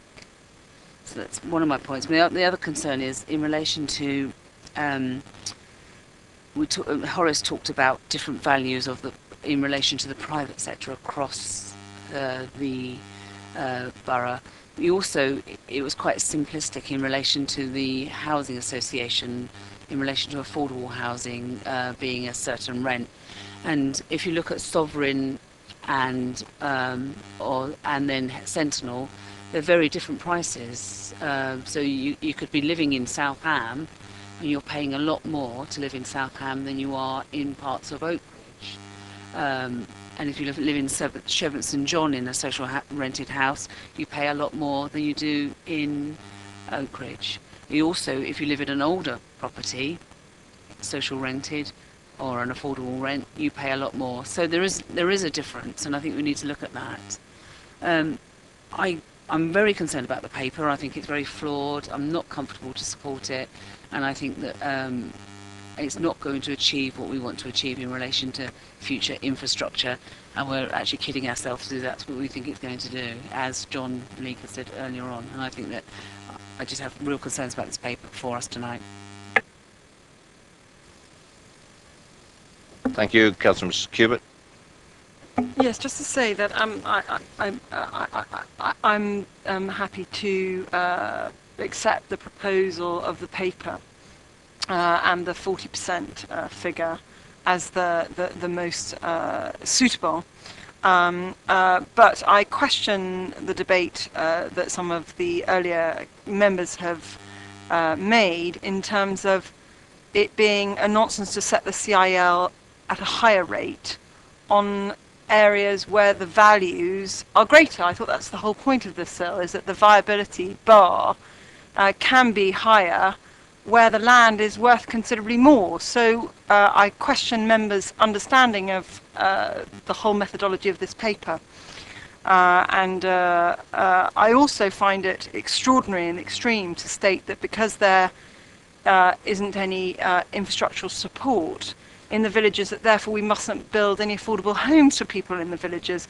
The greatest needs, because we haven't got a bus system or a road or whatever, the greatest needs that I'm aware of in the rural environment is exactly that: social rented and affordable homes in the rural environment for rural people.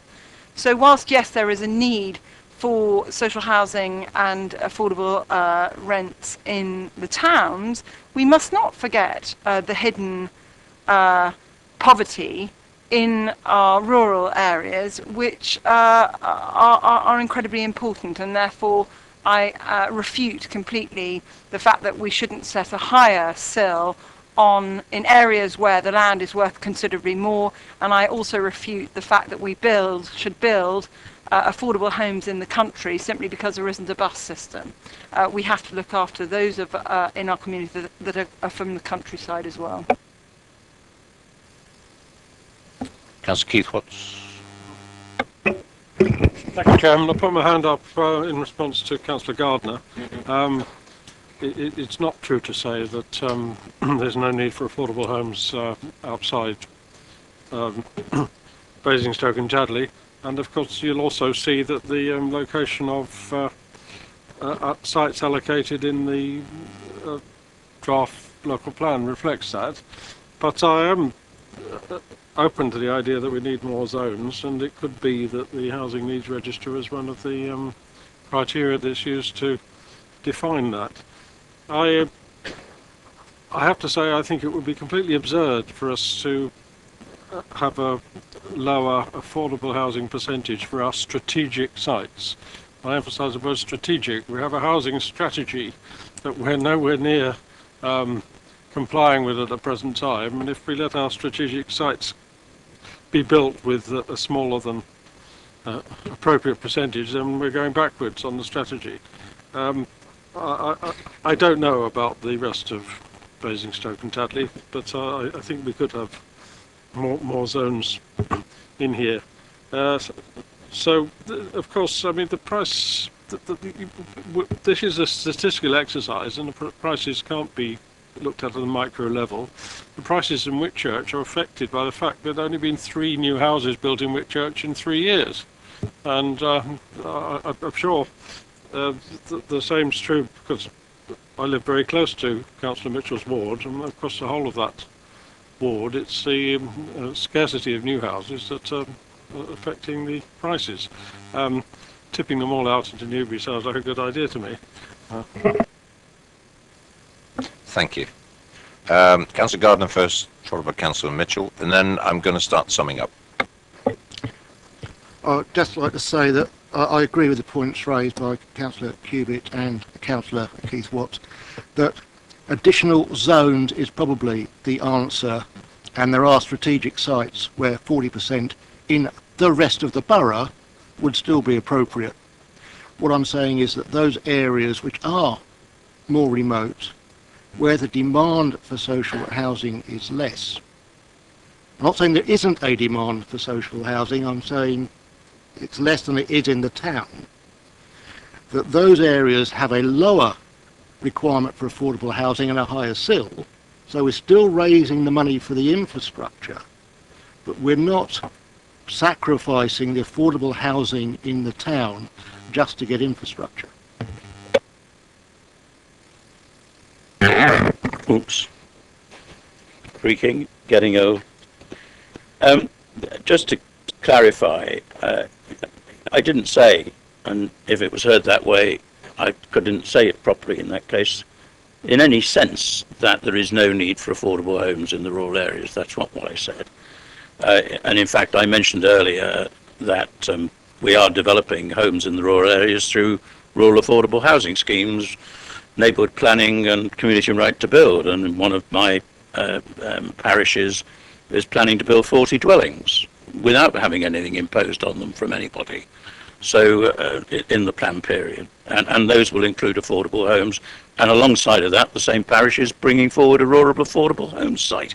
So I'm not saying there's no demand. What I'm really concerned about is this imposition of a percentage which is higher in the rural areas than in the town, and I agree with Keith on that, which is arbitrary in the first place and totally breaks the link between need and delivery.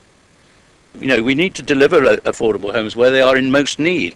I have no objection whatever to having higher sill levels in areas where house prices are higher, although that's not the case uniformly throughout the area.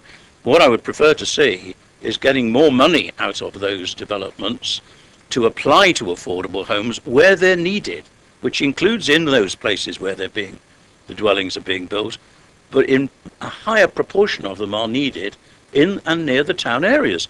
And there's no doubt about that. There's stacks and stacks of evidence for it.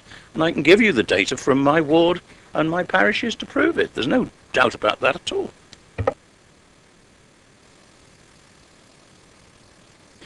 Right. Thank you very much, Councillor Mitchell. Thank you, members. Karen's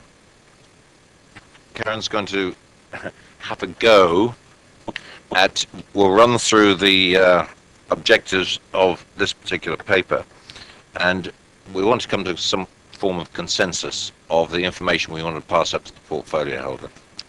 That's the objective. Do you want to run through it? Do you want me to run through it? If we could just do the comments first. Okay. Okay, she's going to run through your comments first that she's captured, and then we'll go through the 4 points here as appropriate. This might be a tall order. Right, what I've tried to do is capture in normal sense the comments where they're made by more than one individual. Clearly we've got the gist of individual comments, but the ones that I was hearing coming out, I'll start with the ones where I don't think there was any disagreement between them.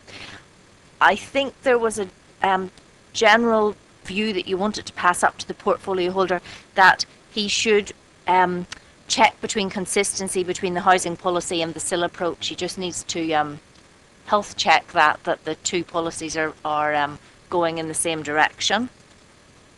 Is there any disagreement to that? There's a comment being passed up. There certainly seemed to be agreement around the board that the portfolio holder may wish to consider a greater number of zones. Then the one where I was kind of originally hearing two different arguments, but I think you may have come to an agreement on, is that you are saying that they should, the proposal should be for 40% affordable housing, but in areas where there is less evidence need for affordable housing, you would be suggesting that the lower percentage be adopted in those areas and a higher level of SIL attracted. That's for you to decide on. My proposition, because the SIL, what the SIL can be spent on seems to be constrained. I mean, I would want to see the difference applied to the provision of affordable housing. So where a site would not normally have 40%, but the local need and demand shown is 20% of the number of dwellings. I would want to see the other 20% applied to the provision of affordable housing, not slipped into some vague pot, because we have a desperate shortage of affordable housing, but it's not evenly distributed across the borough. And we just need to have a more sensitive mechanism for getting the money to where it's needed. It may need other money from other sources, but I don't want areas that don't have a particular need ducking their responsibility to make a contribution to the affordable housing.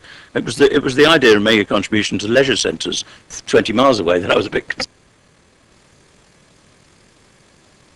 Yeah, so is what you're saying is you want the portfolio holder to investigate whether in areas of low demand there could be like an off-site contribution or a commuted sum or something like that that goes to affordable housing. Councillor Harvey, did you want to contribute to that? We're trying to come to, something that we can pass the portfolio. I think the 40% figure, because of the way it has been discussed thus far, right the way through the process at this point, I think should stand. The issue I've got is, on some of those rural areas, you're talking about smaller developments, and we discussed the point that actually the percentages should be translated into actual units, not percentages, because to get a percentage across some of those smaller sites is quite difficult. And I thought that was a very useful way forward on the affordable housing side. But the point being, should somebody be able to move from Basingstoke to live in East Woodhey if we have a site that comes forward that provides 40%? So what's wrong with that? If they can afford to live there because they can afford to rent the property, what would prevent them because the development delivers 40%? Yeah, we live in the borough. We live in the southeast. We live in England. Are we talking about stopping all social mobility in the context of that? I hope we're not. I don't believe we are. I don't believe we are. I think the 40% figure, therefore, should stand. Councillor Gardner, what I'm trying to do is, I don't want to open the debate again. I'm not going to open the debate again. This is to help Mr. Birmingham to try and get this together and get, if we can, a consensus. And this is intended to help Karen. In terms of additional sill in the rest of the borough, I think a lot of that can be ploughed into the transport strategy, because there are major roads throughout the borough which benefit all areas. So there is a definite local need on the transport side. And on Paul's point, while I wouldn't want to stop people moving to East Woodhey if they wanted to, I wouldn't want them moving to East Woodhey because they had to, because there's no accommodation in the borough.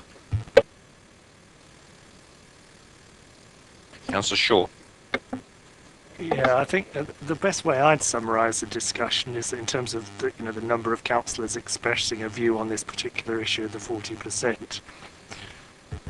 There was a majority expression in favour of 40%, and there was a minority expression of concern about 40%, I'd put it that way. And I think that's the most fair-minded way of summing up the debate, because I don't actually agree that there is a consensus on it, or that one is achievable within the constraints of this meeting. Thank you for that. Councillor Fell. Would like some clarity, Chairman, on these other bands or zones that people have been talking about. It's all very well talking about them. What's the proposal? What's the suggestion? Where are they? Because if the rest of the borough is 40%, what are you saying? More than 40%? Less than 40%? Where are they going to be designed? Because you haven't actually said. You just... No, but what are you saying about it?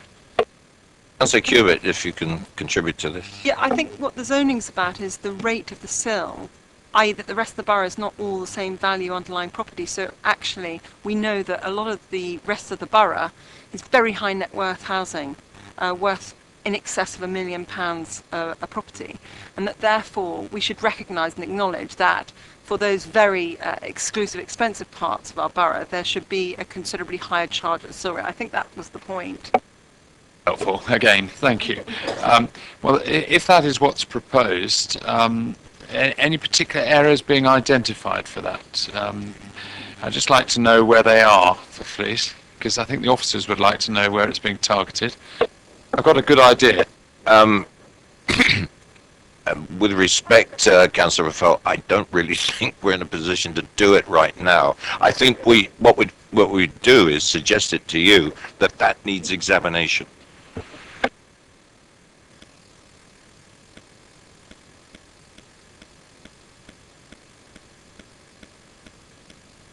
Councillor Cubitt? The land registry, I mean, Dominic said that he uses as reference points the land registry. So we know that there, for example, we know exactly from the land registry data, and Dominic would easily be able to calculate that Pamber and Silchester would be a higher zone than Tadley and the immediate environs of Tadley. And we would know that houses around various villages in our borough, which are extremely exclusive, you can see from the land registry the sale values, that they're operating in a different, and also we'd get that from the council tax rate, wouldn't we? So that's helpful. Okay, thank you. Is Councillor Shaw's proposal, as he put it, is that acceptable to the committee to move forward? Yes. Yes or no would be very nice. We've done extensive evidence analysis of what the residents in Basingstoke and Dean Borough Council want. And Councillor Godison and my son and I, 2 years ago, went and sat in a room in the other building and went through all of the responses to the housing requirements. And overwhelmingly, the residents who elected us said that they wanted more affordable housing to be built in the rural environment. If you go back on the data, all of you, you will see that that was the overwhelming response. That they didn't want lots of houses, they didn't want huge developments, but the people that responded to the surveys in all of our boroughs specifically and explicitly said that they wanted more affordable homes. So I'm just parking that before we decide what you wish to do in terms of put the final comment. Thank you. Councillor Keith Watts. Yes, Roger Gardner actually made very briefly the point I was going to make in response to Councillor Harvey's riposte to Councillor Mitchell. And I found myself agreeing with Councillor Mitchell. It doesn't happen an awful lot. It's a shame that it was a very short period that we had Councillor J.R. Wardner able to take part in intelligent debates, because for his wafted skyward. But he explained, and I've used this, the problem that Bramley had and Petal had, because of the 40% being applied to the German Road, I think it is, development that went on appeal. Because as that exceeded the demand in Bramley, there were people housed there who really wanted to live in Basingstoke. And this was a problem for those people, and it perhaps resulted in a problem for the whole community. And that, I think, was the sort of point that Roger was making very briefly. I don't think we've actually got much disagreement, that we all think 40% should be contributed, but as Karen put it, if it can be put in an off-site contribution where there isn't a local need, then that's the right way it should be done. But I can't see any grounds for any developer contributing less to the housing needs of the borough.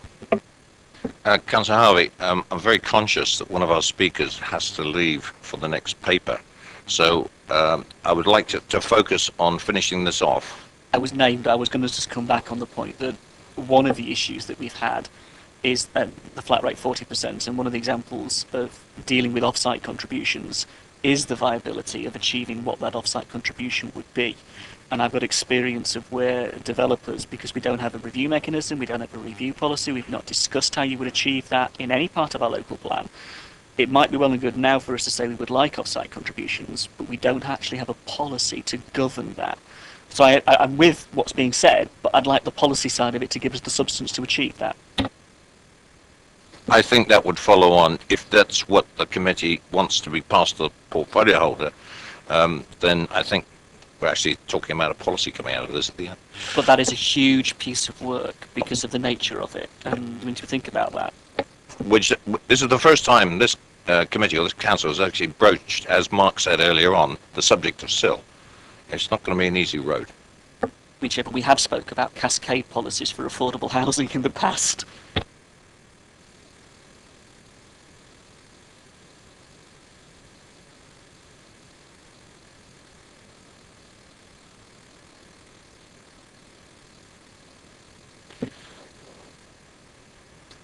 I think we're coming back to what I mentioned earlier on.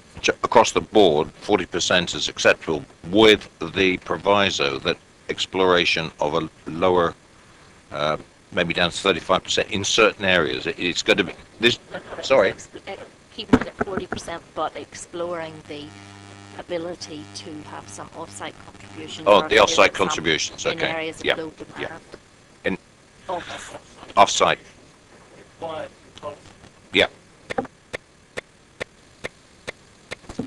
Happy with that? Thank you. We got there.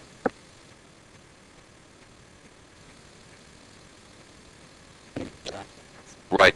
Have we, let's just check that we've achieved what we wanted here. We note the findings of the viability assessment. We're not asking to approve it.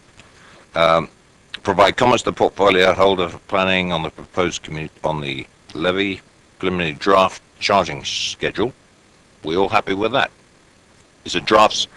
Well, no, okay, you're not happy. Are you content that it goes, these comments go to the portfolio holder? Right. Committee comments.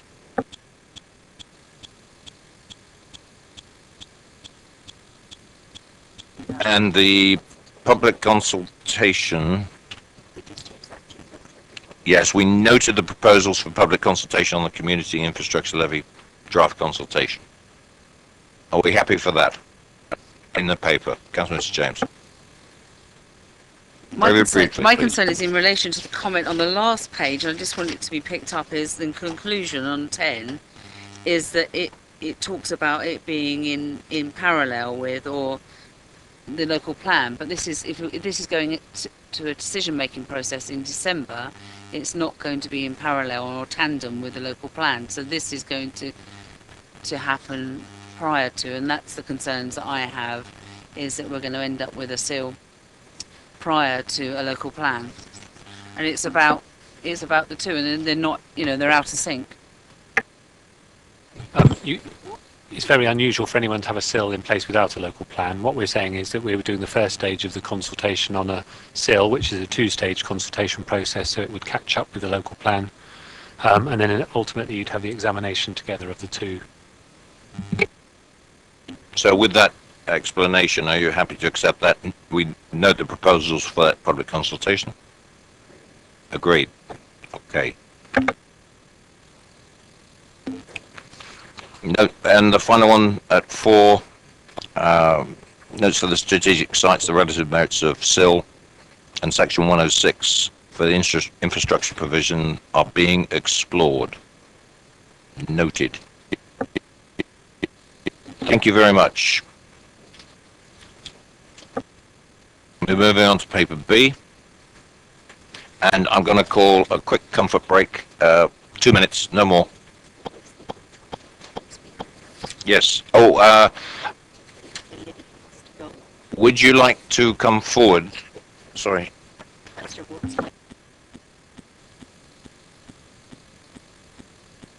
Sheila, if you'd like to come forward to the table. She has a train, bus, I know, transportation to get tonight. But you can have your 2 minutes on paper B about the local plan. Thank you very much.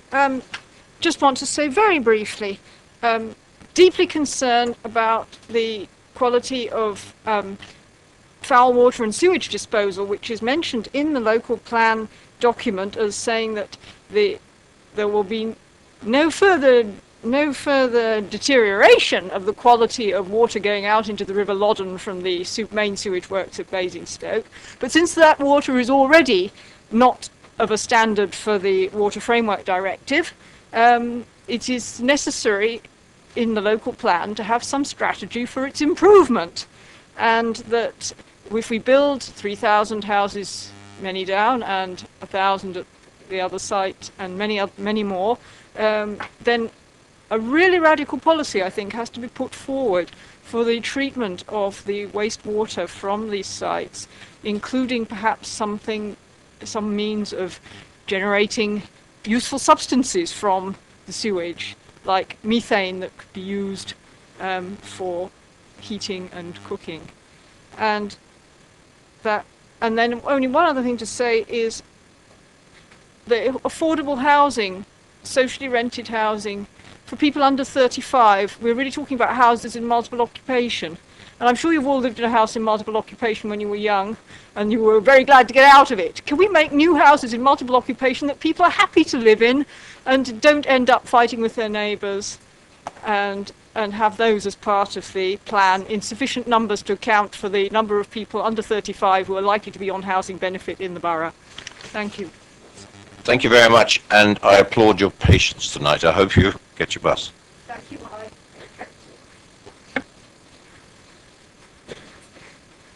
2 minutes, members, and then we'll carry on.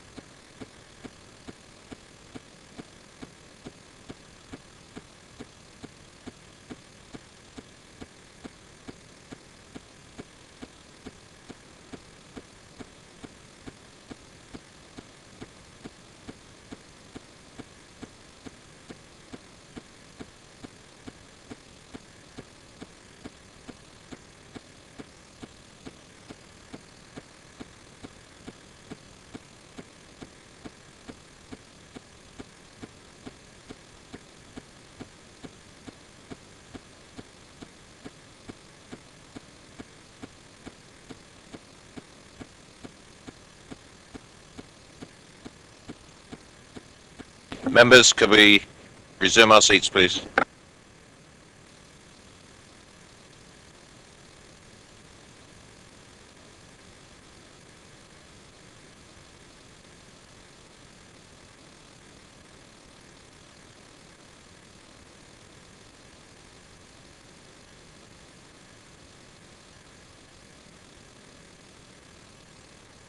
I do have three members who wish to speak on this. I'd like to invite Councillor Bierman up to the table, please. Councillor Bierman.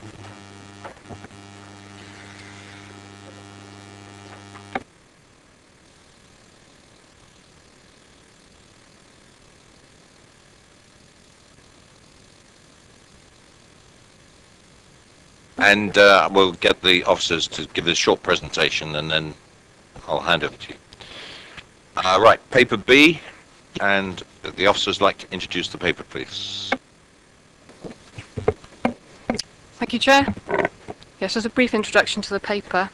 As everyone's aware, the pre-submission or draft local plan went out for consultation earlier this year, between August and October, and the report sets out the key outcomes of that consultation, both in terms of the most significant issues that were raised, and also how to take the local plan forward as a result of those. So as the report outlines, approximately 1,300 comments were received, so a large number of comments, and from a wide range of consultees, significant numbers from parish councils, planning agents and interest groups and residents in particular, I think. Just to point out, as it says in the report, that there's a legal requirement for the local planning authority to give full consideration to all of the representations that were received and to update the plan or make changes to the plan as appropriate. Section 4 of the report outlines some of the key issues that were raised. It doesn't go through every comment that was received, obviously, because of the number involved, but it groups comments to outline common arguments that were made. In terms of housing, that slide just highlights some of the issues. We had comments on the fact that the proposed housing requirement would not meet the borough's objectively assessed need, and a range of higher targets were put forward. Some of those were based on alternative modelling work that agents had done on behalf of developers. As a result of that, we had a number of comments saying that level of housing would not deliver and sustain economic growth in the borough. The components of our housing supply were challenged from a number of angles, in terms of the fact that the allocated sites would not deliver within the plan period, some sites particularly. Some argue there's an over-reliance on windfall sites or non-allocated sites, so the sites that aren't named. And some of the sites in the Shlar weren't suitable for development anyway and shouldn't be relied upon. Our approach to neighbourhood planning was criticised by some, particularly agents who were trying to promote sites, thought that allocated sites would be preferable. Just giving settlements numbers would lead to delay and unpredictability. All of the sites that are allocated in the draft plan received comments against them from a number of angles again, particularly on the impacts of development, on infrastructure, landscape, biodiversity, etc. And the level of development in villages, again there were comments received from both sides, from residents and interest groups saying in some villages the number was too high and the impact on infrastructure, whereas others were saying that the number was too low. In terms of sites, the report itself outlines the Hampshire County Council's reconfirmation that their decision is to promote only part of the draft allocation to the east of Basingstoke. As you'll recall, that allocation was currently for 900 units, but only saying half of that site is now available, so that cuts it down to 450 units in that location. So Manydown landowners is also seeking changes to the boundaries of the draft allocation for Manydown. They would like to take out the bottom section below the railway, what was known as sort of Parcel 6 site, and extend the boundary on the western side. Most landowners wanted changes to the site-specific policy, the criteria within them, for a number of reasons. And the report also outlines how there were few new sites or amended sites that came in. as an addendum really to this report, since this report was written, officers have become aware of two other bits of land that it's worth making you aware of now. One relates to the Cufford Farm draft allocation. If you can make that out, the blue area is what's allocated in the draft plan. Then you can just make out the brown line, which was the site boundary that the landowner promoted. That's Hampshire County Council. The landowners now of the red hatched area have also come in and said that they would like that land allocated as part of the wider Cufford Farm allocation.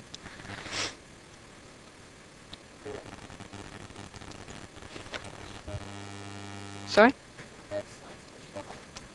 The brown area, so you've got the diamond bit at the top, and the bit below that, immediately below that, was in the Schlar. But that section that's shaded was never put forward by landowners. It's never been in the Schlar up to now. No, but they would like it included in the Schlar and considered as part of the allocation, which they can do. Councillor Mrs. Cubitt, can we wait till questions, please, because we have the speakers first? Thank you. We're raising it now because we have to consider every representation. So we. Councillor Mrs. Cubitt, please, would you not interrupt the presenter? I'm outlining the sites that have been put forward to us that we need to consider. There's also a new area of land related to Lodge Farm and Paws Farm, which is to the east of the allocation, east of Basingstoke. So you've got the dark blue, which was the allocation for the east. The blue area was the area that was promoted previously. But now there's an area in between the allocation and the area to the right. There's a little sliver of land which they've now included within their boundary for that wider area. And they would also like the area to the south, which is red hatched, also included as a new site and for us to consider. They would like to develop that as a wider area.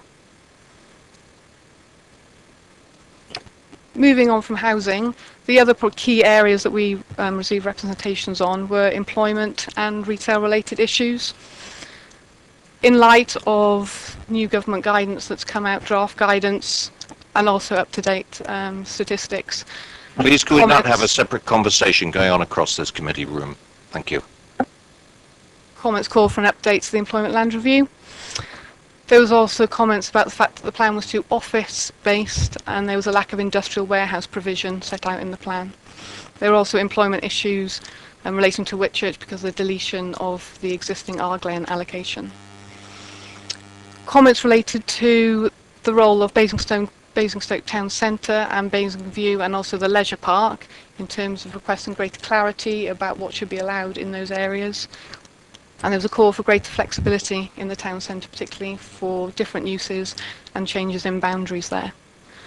The report also sets out a number of comments that we received in relation to policies, but I won't go through those in detail now. So as a result of that, the report outlines areas that officers consider at the time of writing that further work is needed. That includes work on the objectively assessed housing need, testing assumptions of the developer submissions, publication of a strategic housing market assessment, the completion of an updated land review, new site assessment work to look at new information that's been put forward and any subsequent changes that are needed, for example, on the transport assessment, any resulting updates to the housing and economic strategies as a result, and then ongoing discussions with consultees, updates to policies, etc. So it's considered in the report that this is likely to result in major changes to the plan, and therefore this will lead to further consultation. An updated provisional timetable is included. In light of the fact that we're all very aware that we want to get on with the local plan and get it adopted, the plan puts forward, the report suggests there might be alternative ways of considering information as we go through this process. For example, through single issue panels or member advisory panels. That would all then come back to this committee before a further consultation in the spring and then adoption in early 2015. And then you just have the recommendation at the end. Thank you. Thank you very much, Councillor Behrman. 2 minutes. Yeah, Chair, before the time starts, can I just ask a couple of practical questions? And that is, I'm sorry, I've got to stick to the procedures of this committee. I just need to know about the plans. There's new information that's been put before us, like now. I've not had time to look at the plans, and also there's reference to lists of, which was mentioned in the report, that there are lists of contributions. In fact, we were told there were going to be a list of respondents, their comments and where it came from, and we don't have any of that, and that makes it very difficult to address some of the issues here. The maps are completely new to not just me, I think, but to committee members even. Yeah, Mr. Answer? Because there is some new information that none of us were privy to. We just wanted to give you the complete information because in the report we contain, well, I think we listed 5 or 6 sites which were submitted through the process. In going through all the consultation responses, we've come across these 2 particular ones, and we didn't.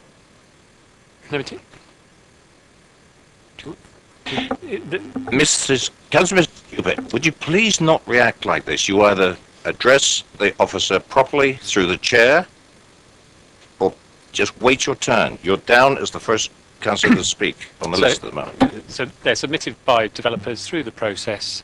They're saying, you know, their approach would be, you can't meet your housing needs or you're not doing something enough, please consider this additional site. We're simply tonight giving you the full information on those sites that have been submitted. Councillor Beerman. Thank you. Well, with what I was going to say anyway, rushed. I'm very worried about, in fact, I said it about before we submitted the last time, or thought we were about to submit, that we hadn't had enough time to deal with the effects of the judicial review and review the land that was available. I'm not at all content about the idea of doing the majority of the work, which it would appear from that plan, through the SIPs and maps. I think that's not open and exposed enough. We need to be doing this in the public arena. If we start doing it behind closed doors, the suspicion that already exists that the stitch-up's going on will be massively intensified. I'm worried about and we need this time to get the reports in place. That's things, I mean, the report acknowledges the water study that needs to still come forward. We didn't get anywhere that I consider in depth about the transport strategy. We had the 1 or 2 reports and a couple of roundabouts studied, and then said, we're told more or less to get on with it. We need that information to be sure that we can provide the infrastructure. But as is clear from the earlier discussion tonight, and I agree so much with Councillor Leake, he said it all in about 3 sentences. Where's the money coming from? And at the moment, it doesn't stack up. And how can we have things like Razors Farm without the way of the, people escaping from the site? Within this new report, we've got mention to Chinham Rail Station. That's completely new. And that's why I feel it's important to know who's making these comments and why, because they're fundamental. Same with Chinham Shopping Centre. That was a new one.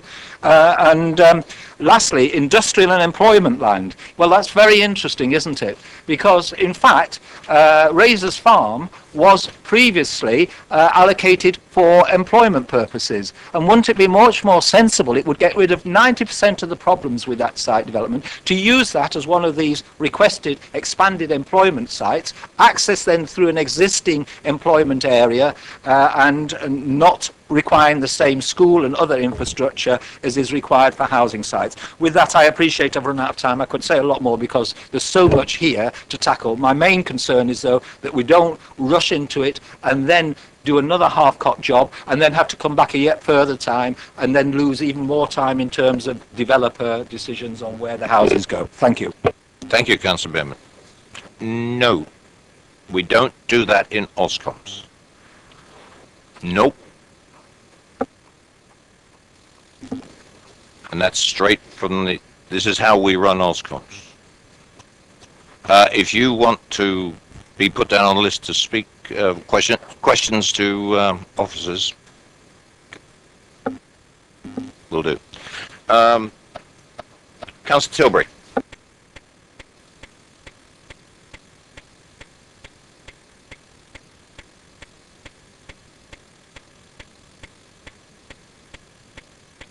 Oh, thank you, Mr. Chair and Committee. Yeah, well, bit of a disaster all round this, isn't it? It's just getting worse all the time. We're now looking at another 7-month extension to this. By the time that we get the plan in place, it'll run out at this rate. But I mean, the consultation was a bit of a disaster. Very few people seem to understand it. Very few people seem to respond to it. Those that tried to respond had real problems with it. I struggled. I ended up doing half on paper and half online. The parish council had equally the same problems. In fact, our clerk ended up becoming our MP at one point in some of the representations because of the way the screen moves around. What on earth are Hampshire County Council up to? I mean, we're supposed to be business we are business partners with many there. They're putting forward a site and then they take away 450. They know the impact this will have on this borough. This is going to cause major problems. If they can't act responsibly, I really don't see how we can deal with them on many down. You know, we're going to lose 450 houses on there, possibly the others, if the site then becomes unviable. We've got a potential reduction in the windfall sites. We're possibly looking at another 1,000 houses. And as we said all along, as I've said all the way through, you know, we're driving economic growth in this borough, but we're not building anywhere near enough houses to support it. And that's coming out very clearly from the representations there.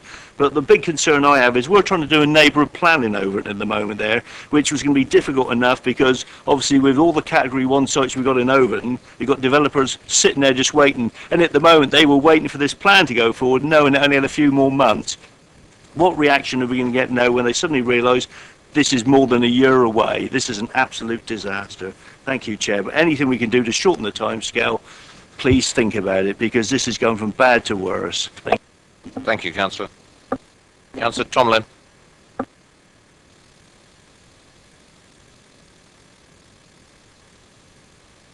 Thank you, Chair. Good evening, members, officers. I do concur, obviously, with the last two speakers, and I'll cut down what I was going to say because I think we cross over on one or two things.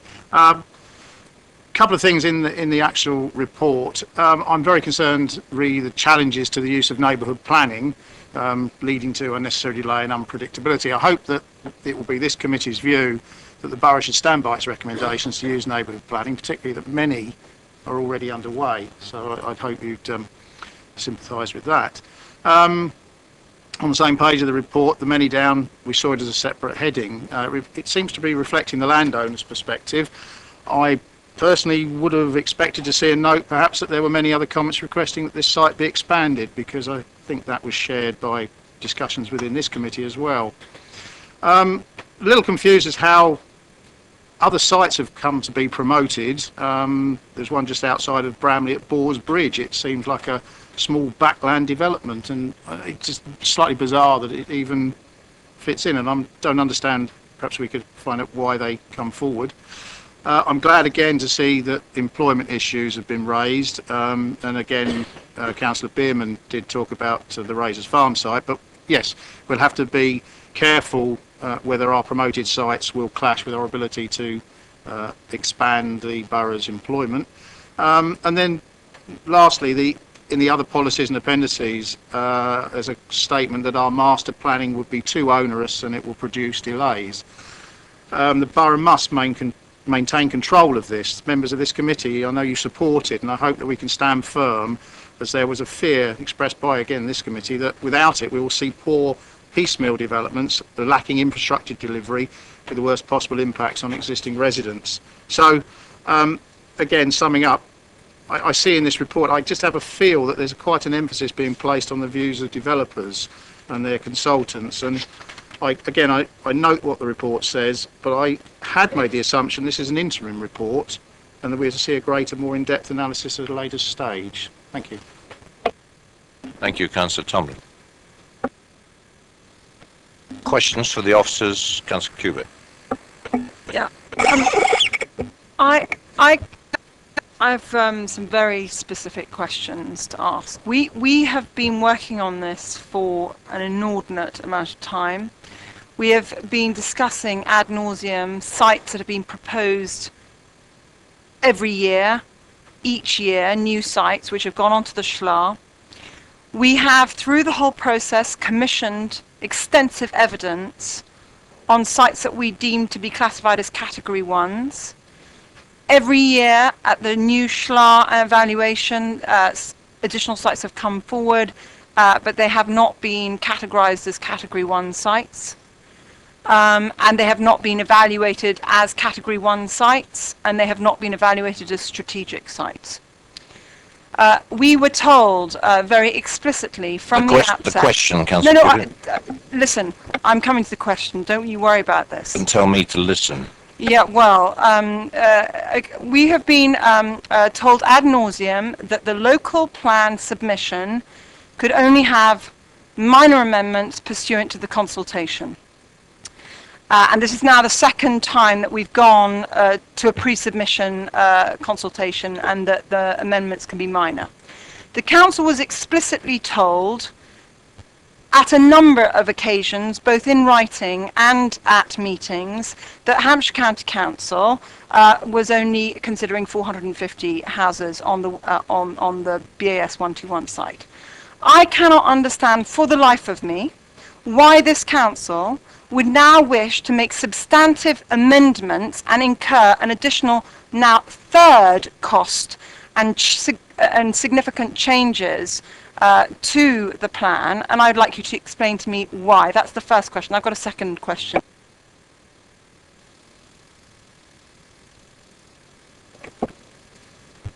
I think Andrew will come in after, but just to address some of those issues.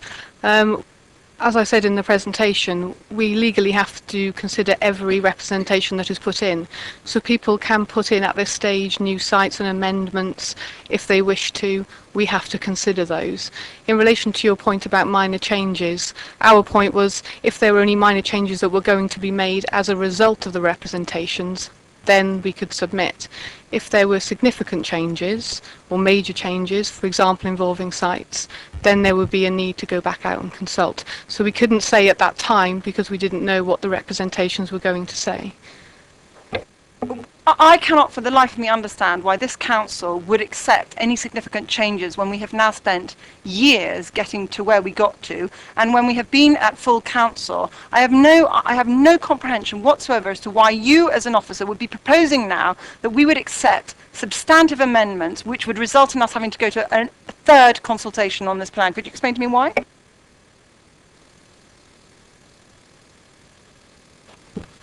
I think essentially what we're saying to you from the consultation is that there would be some risks in going forward with the plan. If you made no changes to it, we would essentially be ignoring some of the comments which may have very valid grounds at examination, so we would have to consider those. Things like only having 450 houses on a site where we were previously saying that there should be 900. It's only just been reconfirmed by Hampshire County Council. So, in terms of that position has changed. The Mannydown landowners are asking us to change the boundaries of the plan area to accommodate more and make their site more deliverable. Those are all things that would need to be consulted on prior to going to an examination. So, as officers, what we're trying to do is outline to you the comments and the risks of moving forward without those changes. And also the attacks that we're likely to get at those through that examination process, which are sort of, if you like, built up by experience of what's happening at other examinations in and around the area, where quite a few councils are now coming unstuck on things like objectively assessed need and being sent back to an earlier stage in their process. So we're trying to minimise that risk and take us to a point where we can submit a plan and be comfortable that we would get through an examination. My supplementary to that is that what's been going on in other authorities is completely irrelevant to the process that we are going through, in that of course it has to be, because we've been extensive in our evidence. We were told at full council that our evidence had been extensive, that we had employed third-party consultants, that we have gone through and validated everything twice. So we've already done this twice. And therefore, just because a neighbouring authority has had theirs chucked out because they put a very small number down, it should not be a reason for us to be scared of our own shadows. My final question is this, is that given that we have been going for the last couple of years, 4 years, through strategic sites, category 1 sites, I would suggest that it would be completely nonsensical at this juncture to be considering adding additional sites to the category 1 list because how can we do the comparative analysis?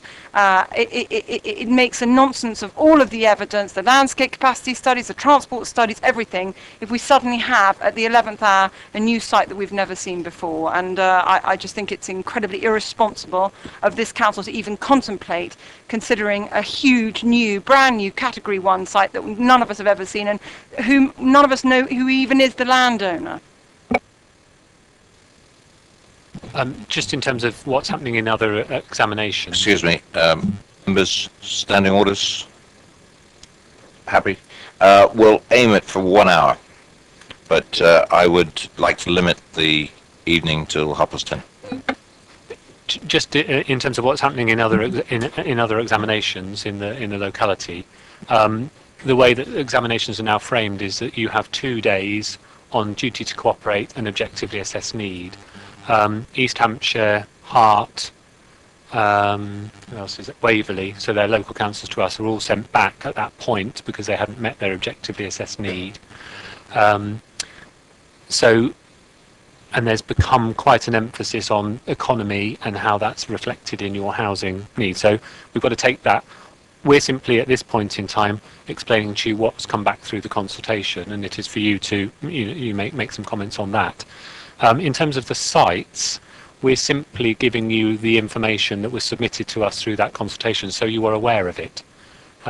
Because if you weren't aware of it, and then we were at some point along the line going to an examination and someone was promoting that site as an alternative, you would want to be aware of that, I'm sure. Councillor Cubitt, can you make it short? I've got 5 other people waiting to ask questions. Yeah, just 2 final points. I just remind No points, they're going to be questions, or please. 2 final questions then. I would like not to make any decisions on any substantive amendments until I receive, if possible, and I'm sure other members would like to receive, in written form the consultations and the evaluations of the consultees. And I'd also like you to explain in a little bit more detail this specific comment, which isn't in the paper, that we have to treat legal representations equally on the consultees, because what is the purpose of localism and what is the purpose of our election and selection if at the end of the day the whole process is determined by the unelected and those who do not even live in our borough? From a planning process, every consultation has to be considered and responded to. Where it's not responded to, that would go to an examiner. The examiner is the person who would make the determination on the plan. So we have to be confident and clear in those, when we've assessed those representations, that we have a clear way forward that would convince an examiner. So it's the examiner who is the person we have to convince at the end of the day to approve our plan. Sorry, but the implication of the bullet point very specifically was that there were 1,300 comments, of which each of them has to be equally treated. And my point, and that was my interpretation of your comment, maybe I've misunderstood your comment, sorry. We have to respond to them and consider them, and whether we agree with them or not is another thing, but we have to consider them all. Otherwise there could be legal challenges to the plan further on. Legally we have to do that. And just one last thing, you cited East Hampshire and you cited Hart. And can you just confirm to me what the actual housing numbers were projected for those 2 which have been rejected? Because as I repeat on various occasions, they have hardly built anything in the last 5 years, and we have built thousands. So it would be quite interesting, instead of talking in kind of generalities, the reason why East Hants probably got chucked out was because they probably went for a very low figure. And the reason why Hart probably got chucked out, in fact, I know why Hart got chucked out, is because they went for a very low figure. And we've not gone for a low figure. Therefore, whilst it's of interest to us, the members, it is, in my opinion, not relevant. It's absolutely relevant in terms of how things go through examination. I think, for instance, East Hampshire started out with a figure of about 200. They've raised it to over 500, nearly 600, and they're still having problems. Hart, I can't remember what their figure was. Waverley, similarly. They're lower figures than ours, but of course their objectively assessed need will be different to ours. No, Councillor Cubitt, this has gone on long enough. I'm going to move on to the next councillor. Also, this paper is to do with a briefing from the officers to the members and to propose a way forward to do exactly what you have identified needs to be done, as Mr. Hunter has tried to explain. We're not doing that kind of examination at this particular meeting. So that's the point of the paper, and that's what the questions at this particular stage should be addressed to, is the details within this particular paper. Okay? No, Sounds like you don't need to we're come back merely to me. to demonstrate. I have just made a statement to you. I'd like to move on to Councillor Keith Watts. Thank you, Chairman. I've got 3 questions, and I might like to say quite a lot later. A small question. 4.6, third bullet point, there is no employment allocation in Whitchurch. I have the advantage of having spoken to Joanne earlier today anyway. Would you confirm for the committee that there is a proposal for a new employment site in Whitchurch in the consultation responses? I can confirm that issue was raised by a number of people and 2 sites have been put forward as separate representations, yes. Thank you. Now, my hair stood on end when I read towards the end of 5.1 negotiations with consultees to address issues raised through representations. I hadn't realised that what we were doing was negotiable. I thought we were basing what we're doing on objective criteria. Can I take it that if Mrs. Brown in Bramley has made an objection, we're not going to sit down with her to ask what she wants in return for withdrawing her objection? Or would I be right in assuming that it's landowners and major developers we're talking of negotiating with?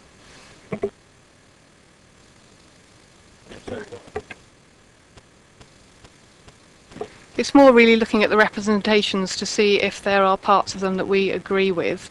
For example, we had comments from statutory consultees like Natural England, English Heritage, etc., who've asked for tinkering in policy wording and things like that. So it's going back and seeing if we can address some of these concerns and address those representations. That's what that means.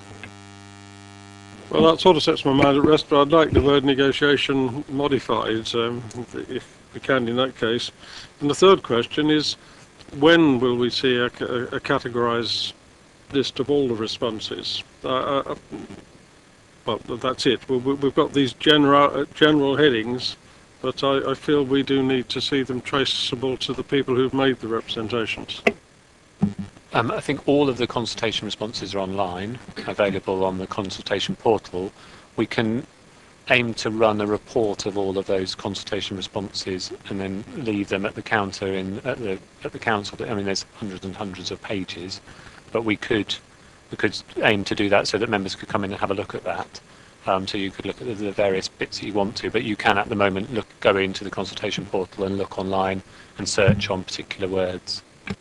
I have been doing that. I have a bit of trouble with the IT end, but when I say categorise, we have here some general headings to which we're responding.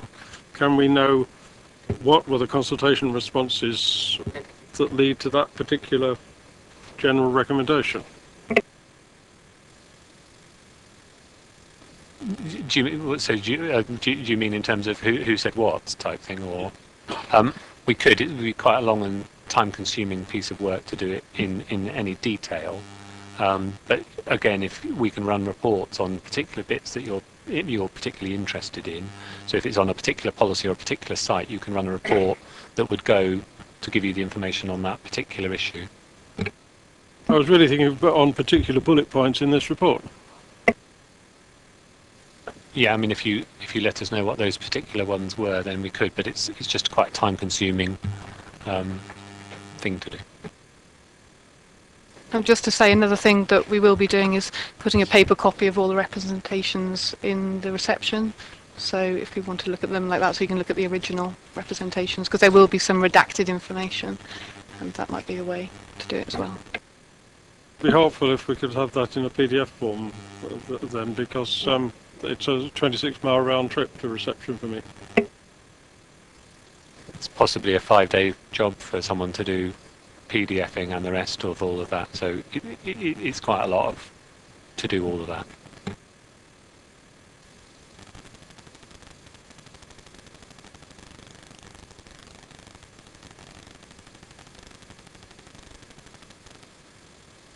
Sorry about that.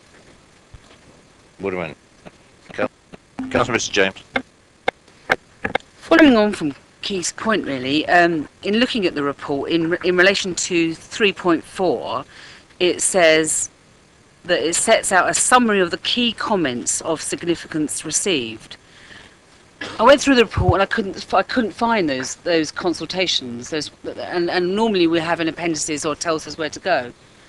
So I asked Matthew, my political assistant, to actually find out where these were. We then were told it is on a website. I've had 1 day to try to analyse those. We've started to analyse those.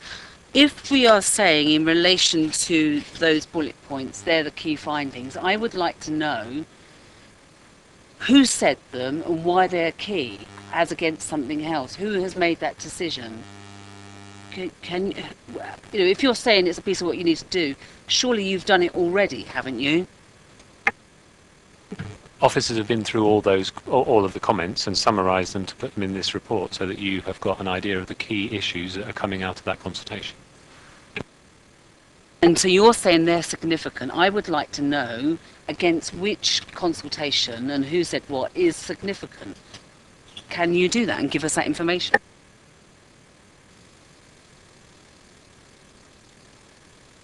It's a summary of issues that officers felt that members should be aware of and would want to be aware of. And in the timescales that we were working to, I'm sure you can appreciate with over 1,000 comments received, that's a huge job to go through them. And this tries to summarise that to inform members and hopefully move us forward in the process. That was the purpose of the report.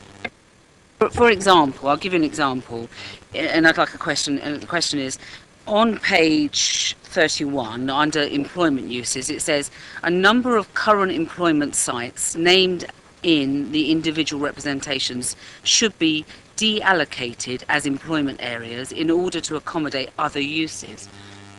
Who said that? I'd like to have an understanding as to why you thought that was significant and who said it. Can you tell me who said that and why it's... Officers felt that was significant because it could affect the strategy of the plan, so it could affect the employment and the housing strategy. That is why. I mean, we have obviously the comments that sit behind this. We can make those public, and they are public anyway. It's just because of the large number that was involved, this report would have been very large if we'd started going through naming all of them and late, basically, yeah. But what we're proposing in section 5, major changes to the local plan, and one of those is in relation to change the completion of an updated employment land review to take account of the recent published employment forecast. So obviously we're going to have a look at our employment land again. I would like to know who said what in the consultation that would determine us to be able to do that, because we're going to be taking away land that is in use for employment, that employs people, to then use it for alternative uses. I'd like to understand who said that. Is that possible for you to give us that information? Yeah, I mean, if you give us a list of the particular things you're very interested in to find, and we can search out who said what. I think those particular points are slightly unrelated in terms of one's talking about people who've said we've got a site and we'd like to do something different with it. The employment land review is more updating the review that was done in 2009 to make sure that we've got the right forecasting, and so that we know that we're providing for the right number of jobs as the plan goes forward. So, can I ask, in relation to the timetable, which is on page 34, so today's meeting, 14th of November, then we have December to January, SIPs and MAPs. As Martin Bierman has already said, he doesn't support SIPs and MAPs.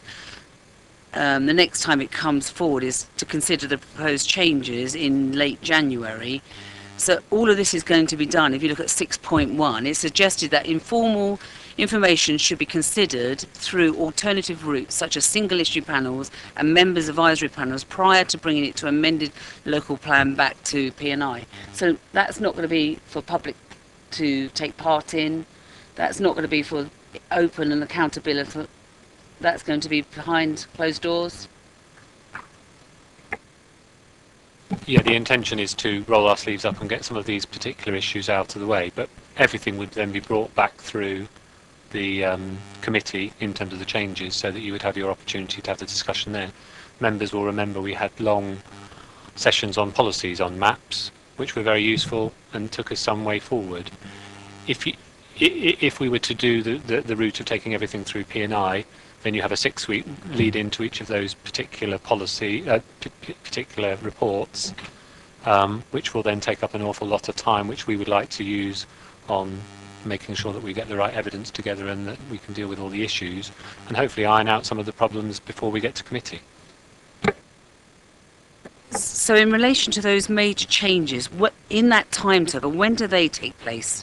So those major changes that are from section 5, could you tell me in relation to the timetable where they are proposed to take place? That work would go on from now and would take place over the next few months. Between the date of today, the 14th of November, onwards until taking it through SIPs and the maps, if we did that, through to January. And then the thought of the paper was to bring things back to P&I. So if there were any significant changes that were needed, that would come to P&I. There would be a justification for why those changes have been made in light of the representations, and then committee can consider all of that and whether they're happy to make those changes or not. So in relation to the major changes, a review of whether an updated water cycle study is required, where will that take place? Who decides that? And where? We would consider whether there was a need to do that in light of when we've considered the representations, looked at officers.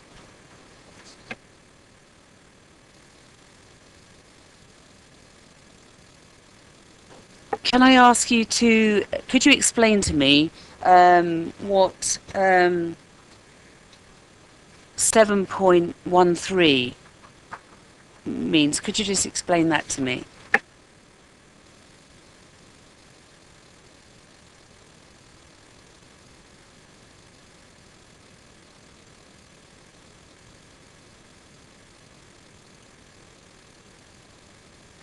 That's just simply making a reference to the fact that when you're delivering houses, you get you get new homes bonus for it. So if you're not delivering, then you don't get it essentially.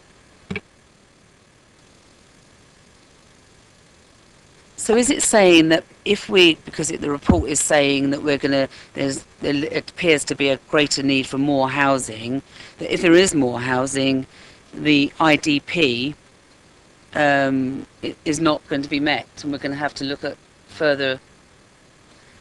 The financial implications of that is that we're going to need more infrastructure, therefore we need a new IDP. No, I think it's just simply saying there that the more you get, you'll get more new homes bonuses. That to that particular point is about what you get from new homes bonus.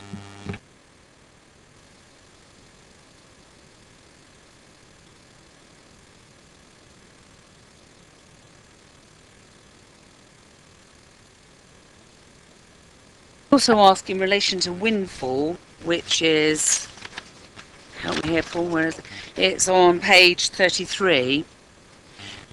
Is the report saying then that windfall, what we have in our plan isn't sound? Therefore, that 700 allowance we have, we now have to find 700 from somewhere else. It's just outlining the current position for members because new guidance has come out since the pre-submission was published on windfall, and we need to be aware of that, and we need to consider that. Officers need to consider what the risk would be for going forward with that windfall allowance. So is it saying that we have to find an additional 700 named sites, units, because that, in relation to the new guidance, is saying that that can't be accounted for in our plan? The new guidance is saying that you can only have windfall in the first 5 years rather than the 6 to 15-year period. So as a result of that, we've got 50 units a year in our windfall allowance, so we would lose about 550 units in light of that guidance potentially, yes. So does that mean then, in relation to this plan, we have to find another, regardless of what county are doing for, and they've taken away 450, we have to then find another 550 units to accommodate the change in policy from government. Yes, potentially, but we have to consider what the risk of doing that or keeping the windfall allowance would be in light of the guidance and also the guidance in the MPPF. Just to say, the guidance is currently draft, but it's due to be published before Christmas, so we'll be watching that.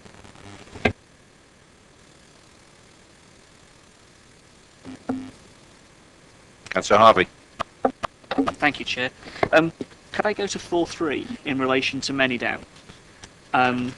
It gets a very small mention, but what isn't said here, and what I would have thought would have been very relevant to cross-reference here, and for my benefit, looking at this, I would have appreciated this, and I still want it to understand the crossover, is the legal advice and the relationship with Manydown that has been exposed over the summer.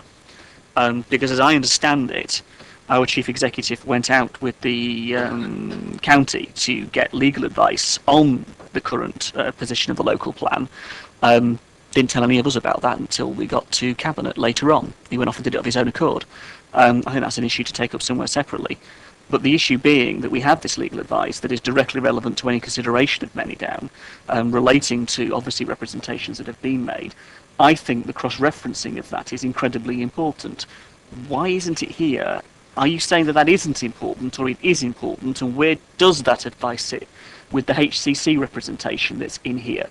And that HCC representation also refers to a reference to the 3,080 being at least, not a maximum, not that we will deliver 3,080, but that the 3,080 must be at least. Where does all that sit in this very small paragraph? I suppose this bears reference to what was presented at EPP, so all of that information was contained in that information at that committee because it's a landowning committee. We're simply saying you as councillors should be aware of that because you're members of the council, so you know what will have happened at EPP on this particular point.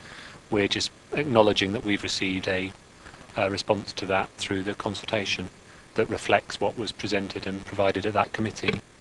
Thanks, Andrew. I mean, I wasn't at EPP, and I've not watched the webcast of EPP because I haven't had a chance to, so I don't know that, and I don't know what was debated. The danger is that you have different debates on vitally important elements of this taking place in different places that then as a committee we don't know about, and that legal advice is pretty fundamental. It's legal advice sought from somebody who's telling us something fundamental. I rest that point because I think it's important. On the issue of the representations, I've got Taylor Wimpey's representation, which in is itself very, very interesting in the way they're shoving Lodge Farm down our throats. That also relates to two other representations, and I was wondering how you deal with the combination of the two. Because I've got Councillor Golding's representation to the response that basically says remove the golf course and replace it with Lodge Farm. And then I've got, and I don't quite understand this, I've got an anonymous borough councillor who has told me that in his representation or her representation, Lodge Farm is much nearer, and so and so and so and so again, get rid of the golf club and replace it with Lodge Farm. How have I got an anonymous borough councillor response in the consultation responses? And yeah, there's a couple of them there. I don't know where that fits in. How are you going to deal with both of those? Because I'm concerned. I've got two borough councillors at least telling me we should drop the golf course and have Lodge Farm, and I've got Taylor Wimpey doing that. We're leaving ourselves wide open by the way this is being handled, and I just need some reassurance of the way you are going to handle that. In terms of the plan as it stands at the moment, you'll remember we did a site assessment process which went through all the sites. You went through them hundreds of times and we decided which were the best ones to include in the plan. So that's the process that we would take forward if we were needing to do anything else. We do that in an objective way and then you discuss those points at the committee. So again, I guess it comes back to the timetable and how we're going to do this. My concern is I've got a developer here with a 120-page report stripping us quite bare. We said this was going to happen, and it's happening. This thing is unravelling before our eyes in this respect. And then I've got two elected borough councillors making a representation that is emboldening a developer in a way that is concerning. Well, one's named in Golding and the other one isn't named. I mean, so the question begs, how can you have an anonymous representation from a borough councillor? Surely they should name themselves, shouldn't they? Or what are they afraid of? Well, aside from inside the Conservative Party, if it's those. Yeah, sorry. We can check on that, but I think that's an error in terms of the way that was entered onto the objective system, because, yeah, going through them, we didn't have an anonymous councillor. Thank you. No, it says borough councillor. It says a borough councillor. In terms of the figures, just getting my head thought.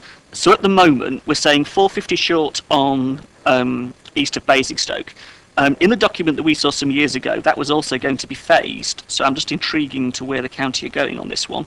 And then the 550 we're talking about in terms of windfall. Are there any others that we should be aware of now? Because that's 1,000 units extra. Should we be expecting any more surprises in relation to the evidence base of more units we're going to have to look for? I think the report flags up those two particular ones because, as far as I'm aware, there's no other sites where we've. There may be some sites that come in and said we might have a slightly less number or a slightly more number, but nothing of those sorts of magnitude. The reason why I'm raising it is because at the front of the report, and again this is sticking a big neon light over this, so the developers are going to be rubbing their hands together because of the way this is written, a range of higher targets have been suggested and a number of which have been based upon separate modelling undertaken by consultants on behalf of... There's a ton of evidence in here that challenges the 748 number to start with. We've got 1,000 just simply out of the consultation. Are we looking at significantly more as a result of the consultation we've been presented with? Are we genuinely looking at more, or can you assure me that the 1,000 is all that we're really looking at here? In light of the representations that we've looked at so far, those are the key things. I said there may be small areas where people have asked for changes to boundaries. They want slightly bigger sites, so the numbers could go down. These are all the things that we'll need to consider. It's quite typical to get these sorts of representations in response to this consultation, so I wouldn't say it's laying ourselves bare. This is literally a summary of what we've received. Thank you. I mean, the summary of what you received as compared to what the... It's always difficult when you write a summary, because the summary can miss things quite significantly. That leads me on to Edge Analytics, because they are attacked quite significantly in a lot of this evidence that's presented. And to quote them from their meeting with us, Basingstoke is significantly ahead of the game. The evidence will stand up to scrutiny. It's robust evidence. We are significantly a step ahead. Do you stand by those comments set against the representations that we've got? Or is that a piece of work you're going to do? And if it's a piece of work you're going to do, when do we get to see that? Because I need to know that Edge Analytics is going to stand up to robust scrutiny at EIP. I think whenever you present anything on housing figures, as you'll remember with the Edge Analytics, they had 10 or 15 scenarios. The developers will have, in their work, looked at slightly different assumptions, put in new scenarios, using things like Experian forecasts, that type of thing. What we need to do, and I think the point that Joe's making, is that we need to analyse what we've received from others to see where they are saying there's an issue with what we've used. Equally, to get Edge Analytics to review what's been done by others. The information that Edge Analytics presented to us was the best information that was available at that time. They provided us with a number of scenarios, I think there was 10, and in doing that, we've got that information before us. It's how you use the responses that have come through the consultation to ensure that you're not missed anything, there's no change, but it's still a good piece of work. Thanks, Andrew. I think the issue for me is that we've had less than 3 months since the local plan was put through for pre-submission, and again the goalposts seem to be moving pretty quickly. I am not yet assured that what Edge Analytics have done is robust in the context of what you just said, because you're leaving the door open for significant change. Therefore, those 1,000 units that we've simply identified might not be it, and that really concerns me. In terms of the economic growth argument, that also is an issue. CLG are now saying that most SHMAs, most of the evidence base now has to be economic growth led. Where are you in terms of where we would need to go with the evidence base on that? Because, for example, Oxfordshire has had to go back to the drawing board now and rewrite its entire SHMA, and it's coming up with huge increases in numbers. Now, if this is the government saying we've got to have an economic growth led strategy, and Oxfordshire are looking at huge increases in volume of house building numbers, where are we likely to be in that? And where do we do the work? And when do I see it as a councillor to assess that, really? I think section 5 of the report is setting out where we need to do that work, and the timetable in which you would see those things would be in later on in January next year. and through any processes that we do in between then, where you might have briefings or sessions to take you forward on those. And I echo colleagues, I don't want it done behind closed doors. I don't think it can't be. Not after all that we've been through, after all these years, to have to... I know members may want to do that because you want to have a robust discussion, but let's have it in the open. Be interesting to see. In terms of my final question relates to Bramley, really. We say a neighbourhood plan is going to be 200 units, and a neighbourhood plan, a parish goes off to do it. What happens now, because we've extended the 7-month process, when a developer pitches up and says, right, I'm going to have 200 units on a site and I'm going to run it through appeal because I'm going to go to planning will probably reject it, and then we'll go out to appeal, we'll get it on inspector. Do we then have the opportunity to take the 200 units out because they've got the 200 units one way, or is it Bramley facing 400 units? This is an issue that's been raised in Bramley already, and yes, we have given them guidance along those lines that if development did come along, then that would be taken off their figure, ultimately. That's a really important point, because if that is the case, and then we wind up with increased numbers elsewhere, we're playing here around the borough, and then I'm back to my final point really, Chair. I've got 2 borough councillors here who have contributed personally to this debate, one of whom I know and the other one I don't, who are giving ammunition to developers in a way that I think undermines this council's position. And I'm very concerned about that. Very concerned about that. Thank you for making the point. Members, I lifted, we all lifted standing orders. It's now 10 o'clock. I've got the portfolio holder would like to contribute, and I've got 3 more speakers, 3 more questioners.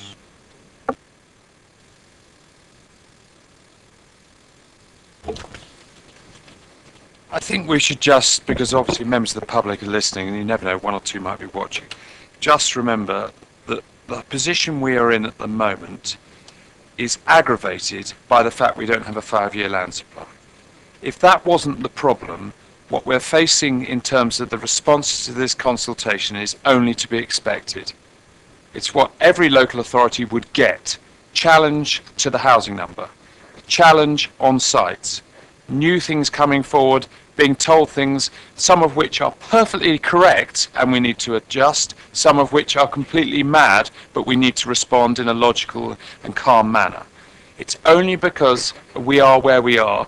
We don't need to go into why we are where we are, but it's only because we are where we are without a 5-year land supply that the pressure is on us, and every day that goes by, that pressure gets greater. I'm fully aware of that. You're all fully aware of that, and our officers are fully aware of that. Let's look at the way forward. It seems to me, and this is what I want to see if I have agreement with you on this, from you on this, that if there is wordsmithing to be done on some of the policies, those policies, you remember when I was sending out emails and you were giving them back and then we came to the meeting and dealt with them. If there's wordsmithing to be done on some of those policies, that some of that could be done in a map or a SIP, and then comes before the committee as a paper that's produced where everyone has had a chance to bounce the ideas around and it's polished off quite quickly at committee.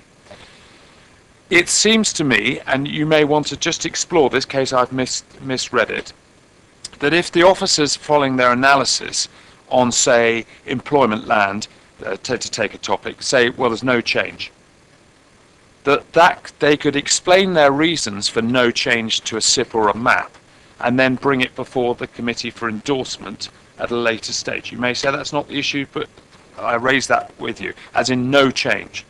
But anything that is significant that requires a change must be done before this committee. And I put into that category housing number first, and even no change on the housing number should come to this committee. And then second to that is site selection. Let me go back to housing number. I have asked, and the officers are probably going to do it anyway, that we go straight back to Edge Analytics to say to them, these are the criticisms that have been raised. What is your response? This is the methodology that others have used. What is your response? Because when we go back to full council, the members of this council will want to know that the evidence that they have based their earlier decision upon, the 2/3 of the council that did back it, will want to know that that evidence is still sound. That process is perfectly proper to conduct, because it's exactly the same as what will be happening during the examination, where the inspector will no doubt turn round and say, well, have you considered these arguments and what is your response?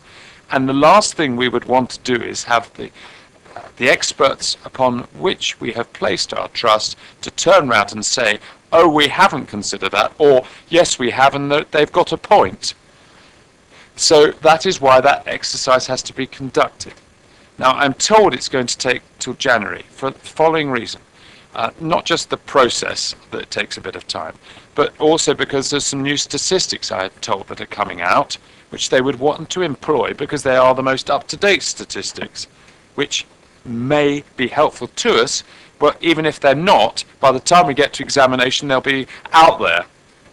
So therefore, it's better we get the latest information and make the decision as best as possible upon that. So, if 748, which I, of course, really hope stays, it's my ambition and it's what I want it to stay. It's the will of this council that 748 should be the number. If that number stays, following that analysis that's being conducted, this committee must firstly hear from the Edge Analytics, I believe, and determine, hopefully again, that that's the number that should remain.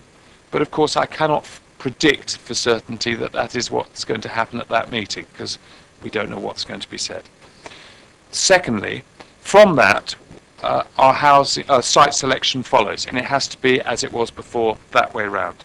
And therefore we will need meetings where, firstly, we look at the analysis of the available sites in excess of those sites we've already selected that will meet our housing number.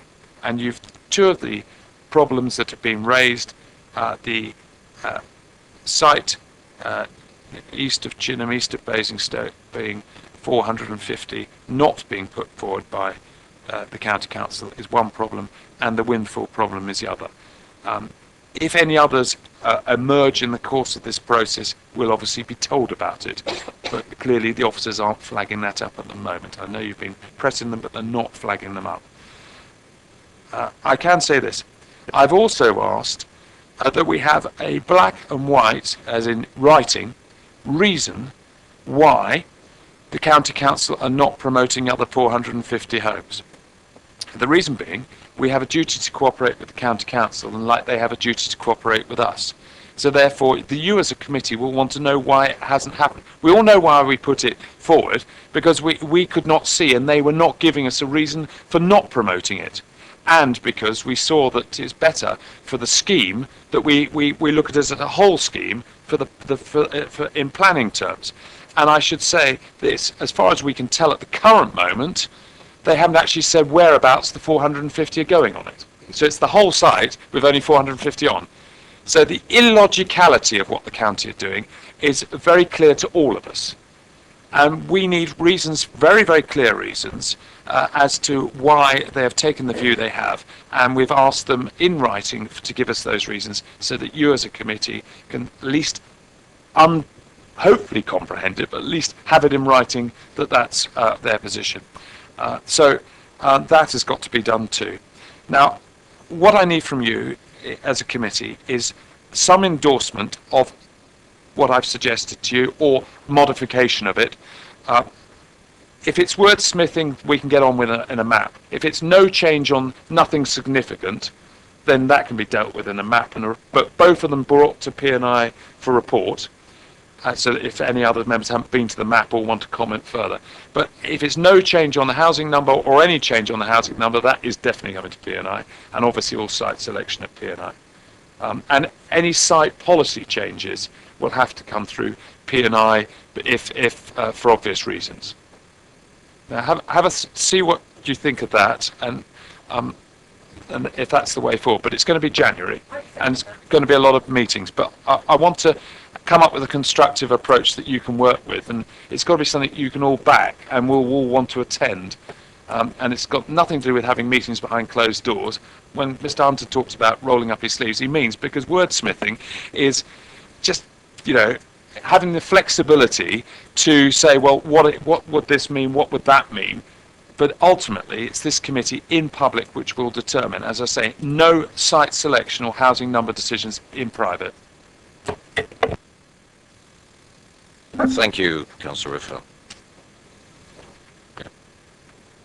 I've got three councillors down here, Councillor Mitchell, Councillor Shaw, Councillor Gary Watts.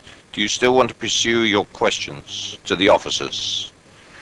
Councillor Mitchell.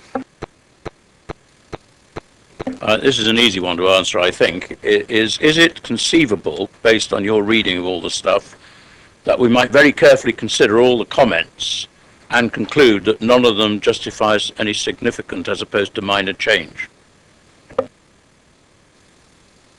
No.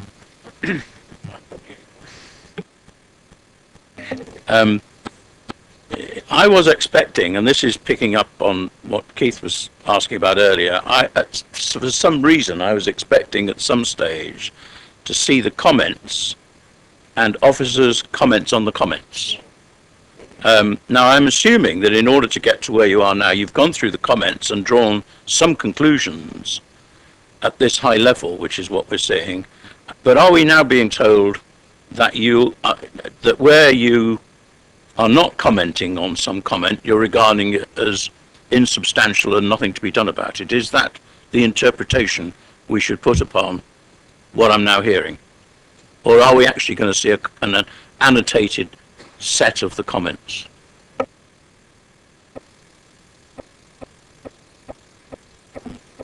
This is a high-level summary, and officers haven't gone through all the representations in detail yet, so I can't. What I'm asking is what is going to happen? Because presumably, in order to dismiss a comment, officers have got to look at it, and through some process come to a conclusion that we not like, for example, if somebody writes in saying this site's better than that site, the answer to that is no action. You know, if they write in saying there's a serious problem with this site in that here are 7 really substantive reasons that haven't been discussed before, might read thought, but if there's 7 substantive reasons that have already been discussed, the answer is no action. So there should be a lot of comments on which the answer is no action. I mean, but the question is that going to be visible? I think it'll be visible at some point, because some of these things will be, some of them will be things we've heard about before, so it won't be anything new to us. Some of it will elicit us doing an action that might be evidence. Some of it might be eliciting a conversation with someone or people. So you might see, it may be quite easy to say no what we're doing on the no actions bit. The bits where we're doing actions are probably more difficult, because it may be a series of actions, if you sort of mean. So you could probably say, I suppose, where we would get to with that is, this point is accepted and we're not doing anything about it, or this point is accepted and the change is made. And then there's the others, which are, there's quite a lot to do here before we can conclude before the examination. Does that sort of answer the question?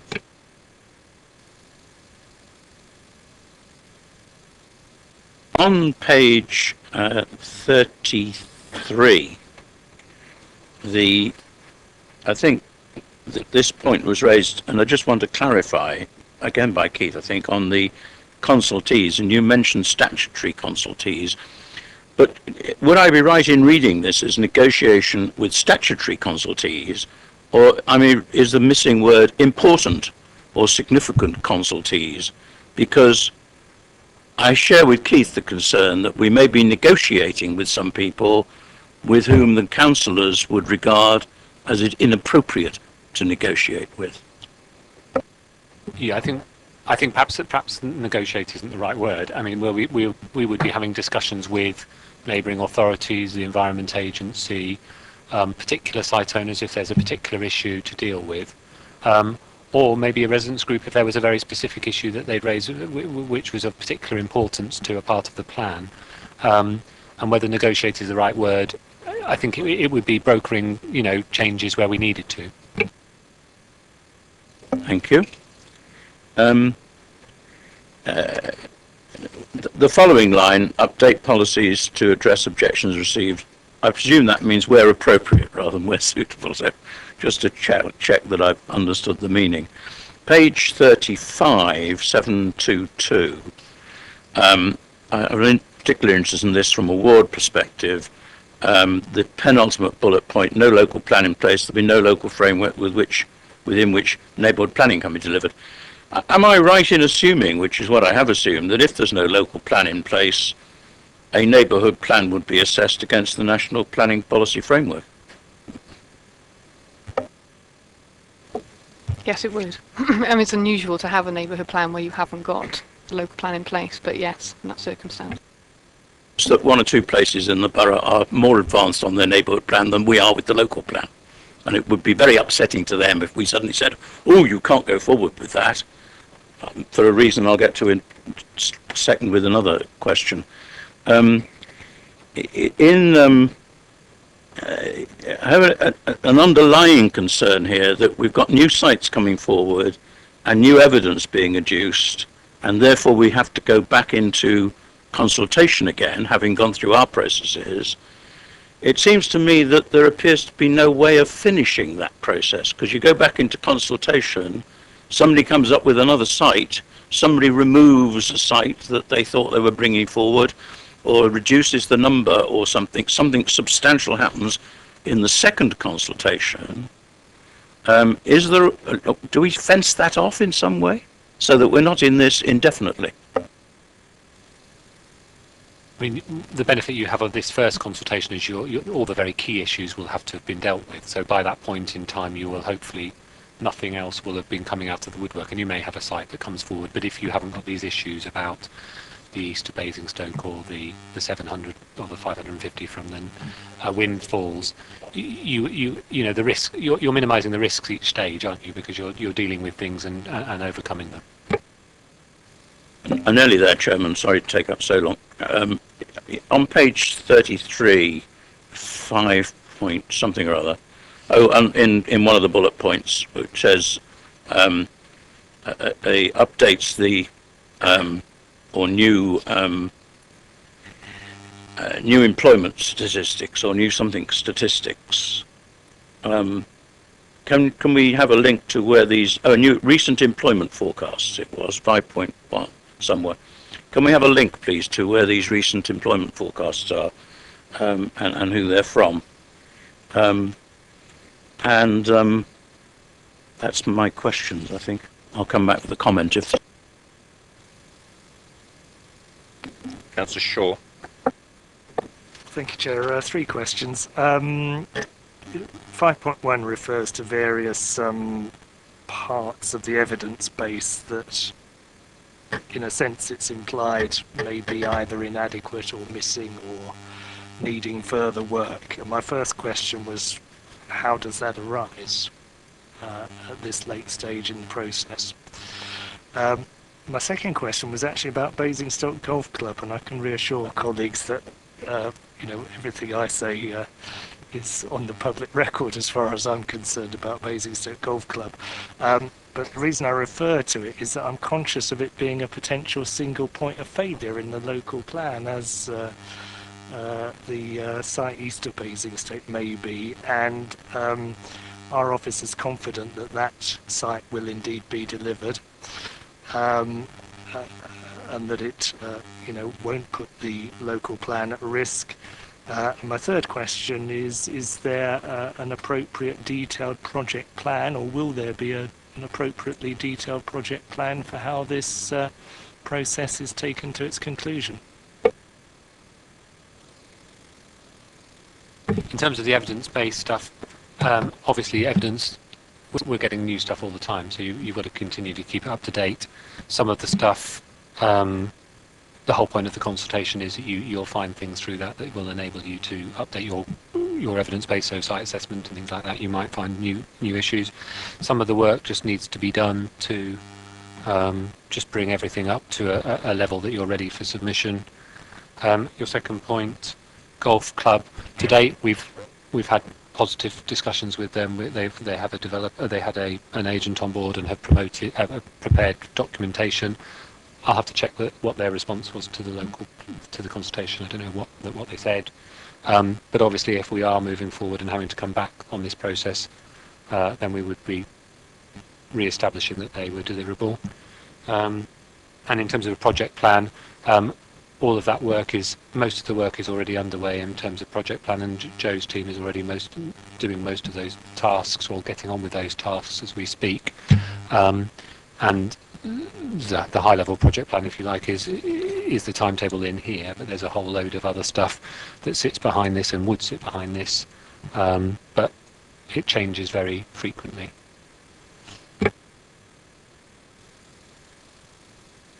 Councillor Gareth Watts.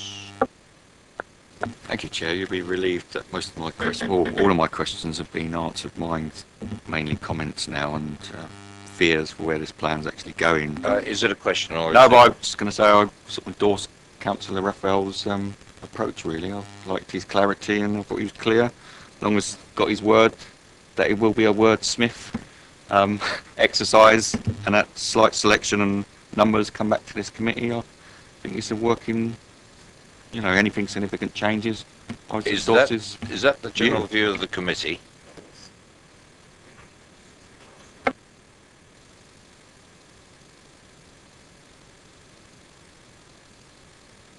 The committee will know what it is that's happening, so that either way, they'll know what it is that's being discussed at the map, the topics, so no one's going to be in the dark about it. So essentially, bearing in mind that the sort of separation out of what gets into a map and a SIP and what comes back to committee, everybody agrees that approach? Yes? Yeah. Yes. Do you want the map and SIP to consist of this committee? I think it's appropriate that it is, because I think anybody new coming into this without having the background of what has been described A through the summer and B in this tonight's meeting, I think that's the way to move forward, because we actually have some corporate knowledge here. Councillor Harvey? I appreciate what the portfolio just saying to me. I think it's important that we are the Planning and Infrastructure Committee, and that's appropriate and right. Just some thought, how does another member, for example, Councillor Bierman, Councillor Tilbury and Councillor Tomlin, input to that map if they want to? If another member of the council has a contribution they want to make. Surely it's going to come back as we've had a commitment that whatever is discussed at a map will come back, and those members will have an opportunity. We've had a commitment that nothing will be discussed in a map or a SIP that is not going to come back. We've had an absolute commitment that that is the case. And clearly we can tweak that if there was something that was obvious that affected a particular councillor who wasn't on here. We just have to judge it as we see it. I think they may want to come and give that to yes, it's. I would think it's either in. I don't know. I'd have to dive into the constitution. It's either in the gift of the portfolio holder or the chairman of the map to invite councillors in where they have exactly this, a particular interest in a particular question that's being addressed at that time.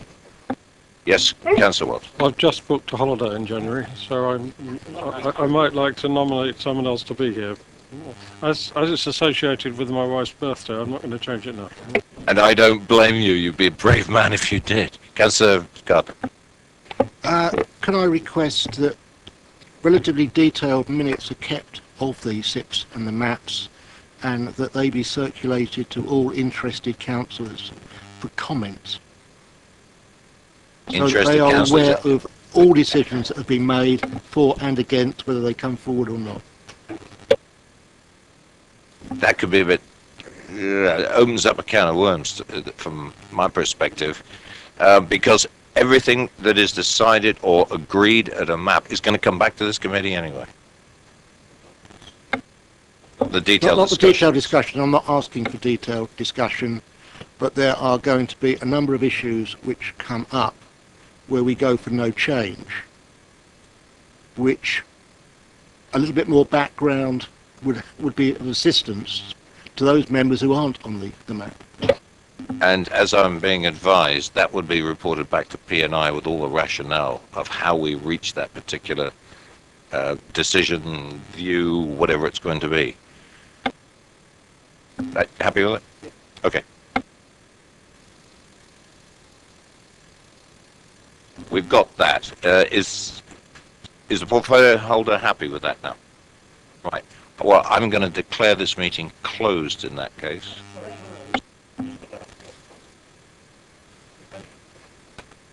Okay, if you want to, we are now 26 minutes past 10, members.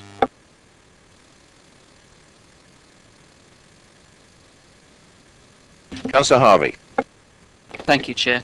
There are just a couple of points I wanted to make very, very quickly. New points. I was conscious of what Councillor Raffel said in relation to where this whole process has gone and who landed us up in the High Court in the first place. And this is the only point I want to make on this politically. I am disturbed that Councillor Golding is making the comments he's making in this consultation process when he was the portfolio holder that wound us up in the High Court in the first place. And I have an issue with that being done in the way it's being done. It's every right to comment, but the issue really is where it comes from and the consequences of it. The other issue is relating to where CLG are moving the goalposts on this. I'm concerned about the process because now we've got an economic element thrown into the SHMAR process and thrown into our evidence base. We're going to have other things that are thrown at us. My concern about the timetable is it's slipped 7 months already. We're going to have a ton of sites come through on appeal. We're going to have absolutely everything in the kitchen sink thrown at us. And my concern is that ground shifting beneath us in a way that elongates that process even more. And my final point, Chair, really relates to one representation we received, and I couldn't believe this when I read this. I really couldn't. The Right Honourable Maria Miller MP for Basingstoke. I quote, "The draft local plan sets out an exciting vision for the future of Basingstoke and Dean Borough for the period to 2029. The people of Basingstoke and Dean now have the opportunity to shape the future of their own community." Well, yes, if they agree with the inspector and they agree with CLG. I have never, ever been through a top-down led process more than this current government and the current CLG, because it isn't the whole government, it's CLG, are driving down our throats. The goalposts are changing as we speak, and I think that's disgraceful. And I've sat in committee after committee where we've been lambasted about Cedar, lambasted about Sierra and the South East Plan. This is just as much a cock-up, a mess, an absolute fiasco created by the way the planning system is being changed. And we're on the end of it, and it's our residents that are suffering. And I find that disgraceful. I'd like to make one comment. In my lovely meeting 2 weeks ago, every single council is in the same position. It doesn't matter what colour they are either. None at all. That's my point, Chair. It's Everybody's got the it's same problem. top down. Right. Councillor Mitchell. Thank you, Chairman.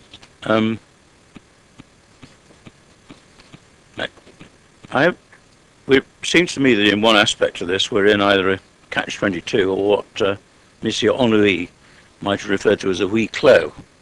And that is that this this intermixture of the economy, employment and housing.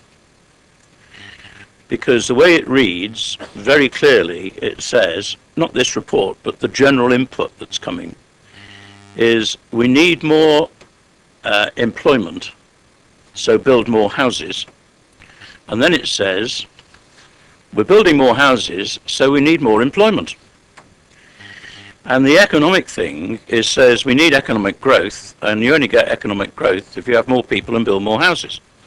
Now, I have very consistently, for the last 5 years of this process, made the point that what we need in this borough, and this part of the world generally, but here particularly, is an average higher added value per employee. We need a higher GDP per capita, a higher GVA per capita, however you want to put it. And if you get your economic growth through that, you don't need to bring in another 20,000 people to drive it, and your local people all get higher wages, which is a sort of positive circle. If you still go for this thing where you only get economic growth through having more labour, you're actually encouraging immigration from the rest of the country, and you've got to build houses for them. We don't get a lot of immigrants from overseas, and that's not the main problem here. But the big demand for houses is people coming in here from the rest of the country, and of course from London if they can afford to.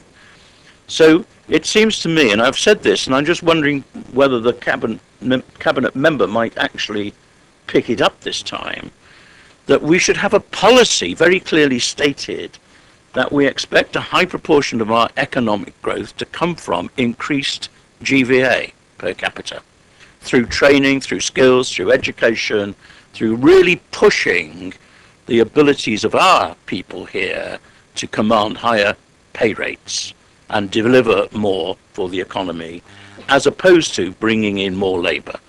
That's my first point.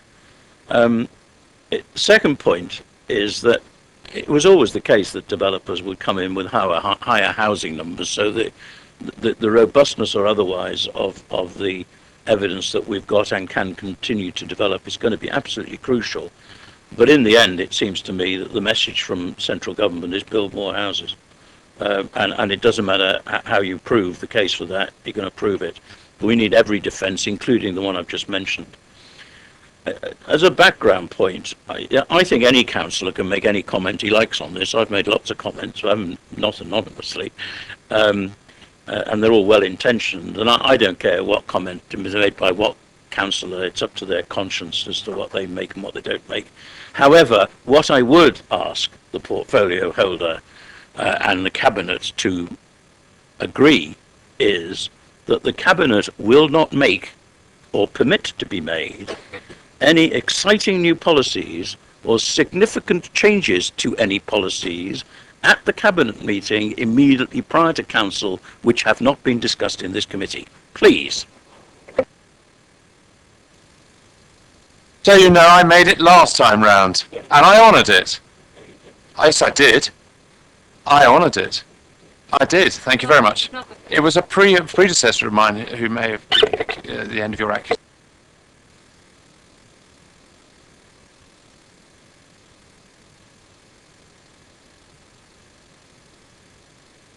Councillor Shaw. Yes, thank you, Chair. 3 or 4 points, really. I think one of the reasons why the sort of openness aspect is so important in terms of the sort of SIPs and the process from here on in is that many of the problems that the council and the administration have got themselves into in the past have been to do with, you know, with lack of openness and lack of engagement with outside agencies, and that's why that sort of openness issue is so critical, really. One thing the reason I asked about the evidence base is that, you know, reading between the lines, there are some significant problems with some of the evidence that we've got, and we clearly need to understand how those problems have arisen so that when we're commissioning any additional evidence over this next 2 or 3 months, you know, we can be confident down the line that it's evidence that can be relied on.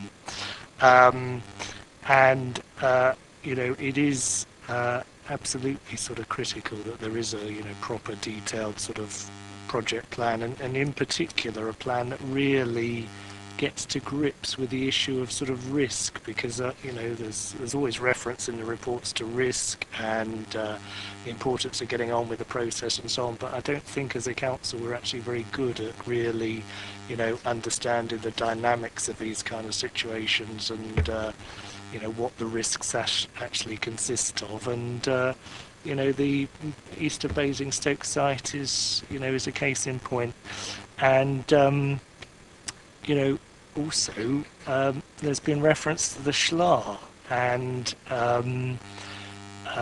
you know, I feel a certain amount of justification in relation to the SLAR, and I suspect some other councillors do as well, because, you know, many of us advanced, you know, strong arguments about why sites should not be included in the SLAR, and many of those arguments were in relation to the actual deliverability of those sites. That was certainly the case with sites that I objected to in the SLAR, and of course now at this stage it's perhaps being indicated that there are some problems with some of those sites that are in the SLAR, and they are perhaps at this point in time judged not to be deliverable after all. So I hope we might draw some lessons from that when we perhaps, you know, update the SLAR for the future, and perhaps pay a little bit more attention to some of the views expressed by elected members who very often have detailed knowledge about particular sites, which is likely to be accurate and important. Thank you, Councillor Gardner. Thank you. A couple of points on the significant issues arising. There's a comment here that approach neighbourhood planning numbers within the rural settlements will lead to unnecessary delay and unpredictability in delivery. Well, yes, it will, but that's the way it goes. But neighbourhood planning is a very important aspect, and the various parishes need to be involved in the planning of their areas, and this is a good way to do it, so we shouldn't back down from that. There's also a comment on the plan's lack of a strategy for housing for the elderly. I think I've said it before, but I'll say it again.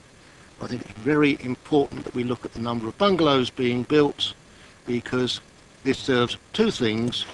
One, a lot of elderly people find that bungalows are very suitable as accommodation, but there aren't enough to move into. And if they can move out, it frees up bigger houses elsewhere in the community which we don't need to build.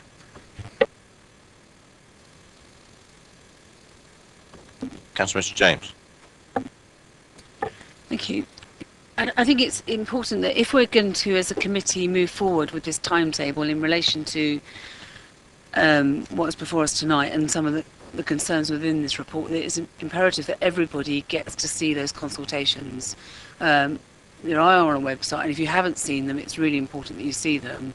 It's not easy to read. I'd like to pick up on one of those that's on there, is in relation to Winchester City Council, which is damning of this council. But then when you look at that report, and I started to read it, the actual date of it is wrong, and it shouldn't be on there. It doesn't relate to this consultation, and I don't know if you've given them any weight in relation to what they say, and they're absolutely damning of us as an authority, and so I don't think that should be on there. I think Mr Hunsell wants to comment on that particular one.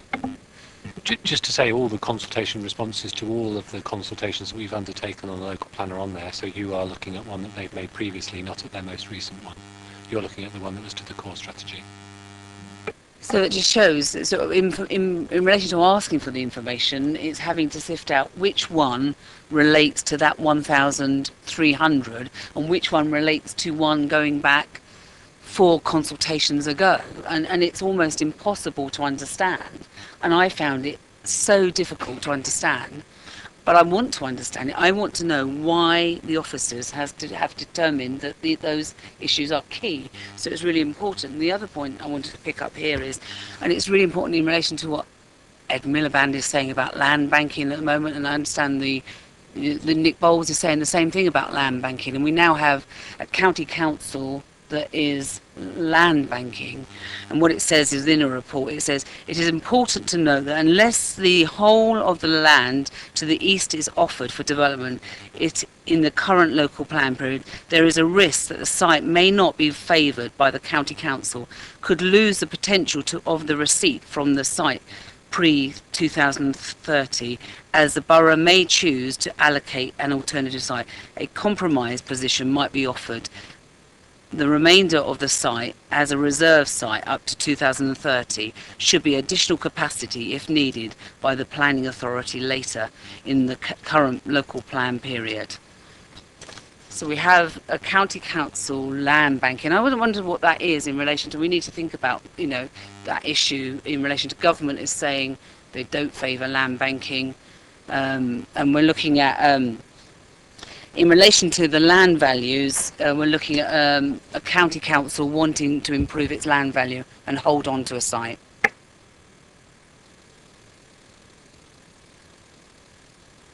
Members, that's the end of discussion. We have the resolution that the... Yeah. The rest are individual comments. Okay, there'll be a summary of the individual comments in the minutes of the meeting. Thank you, members. Good night.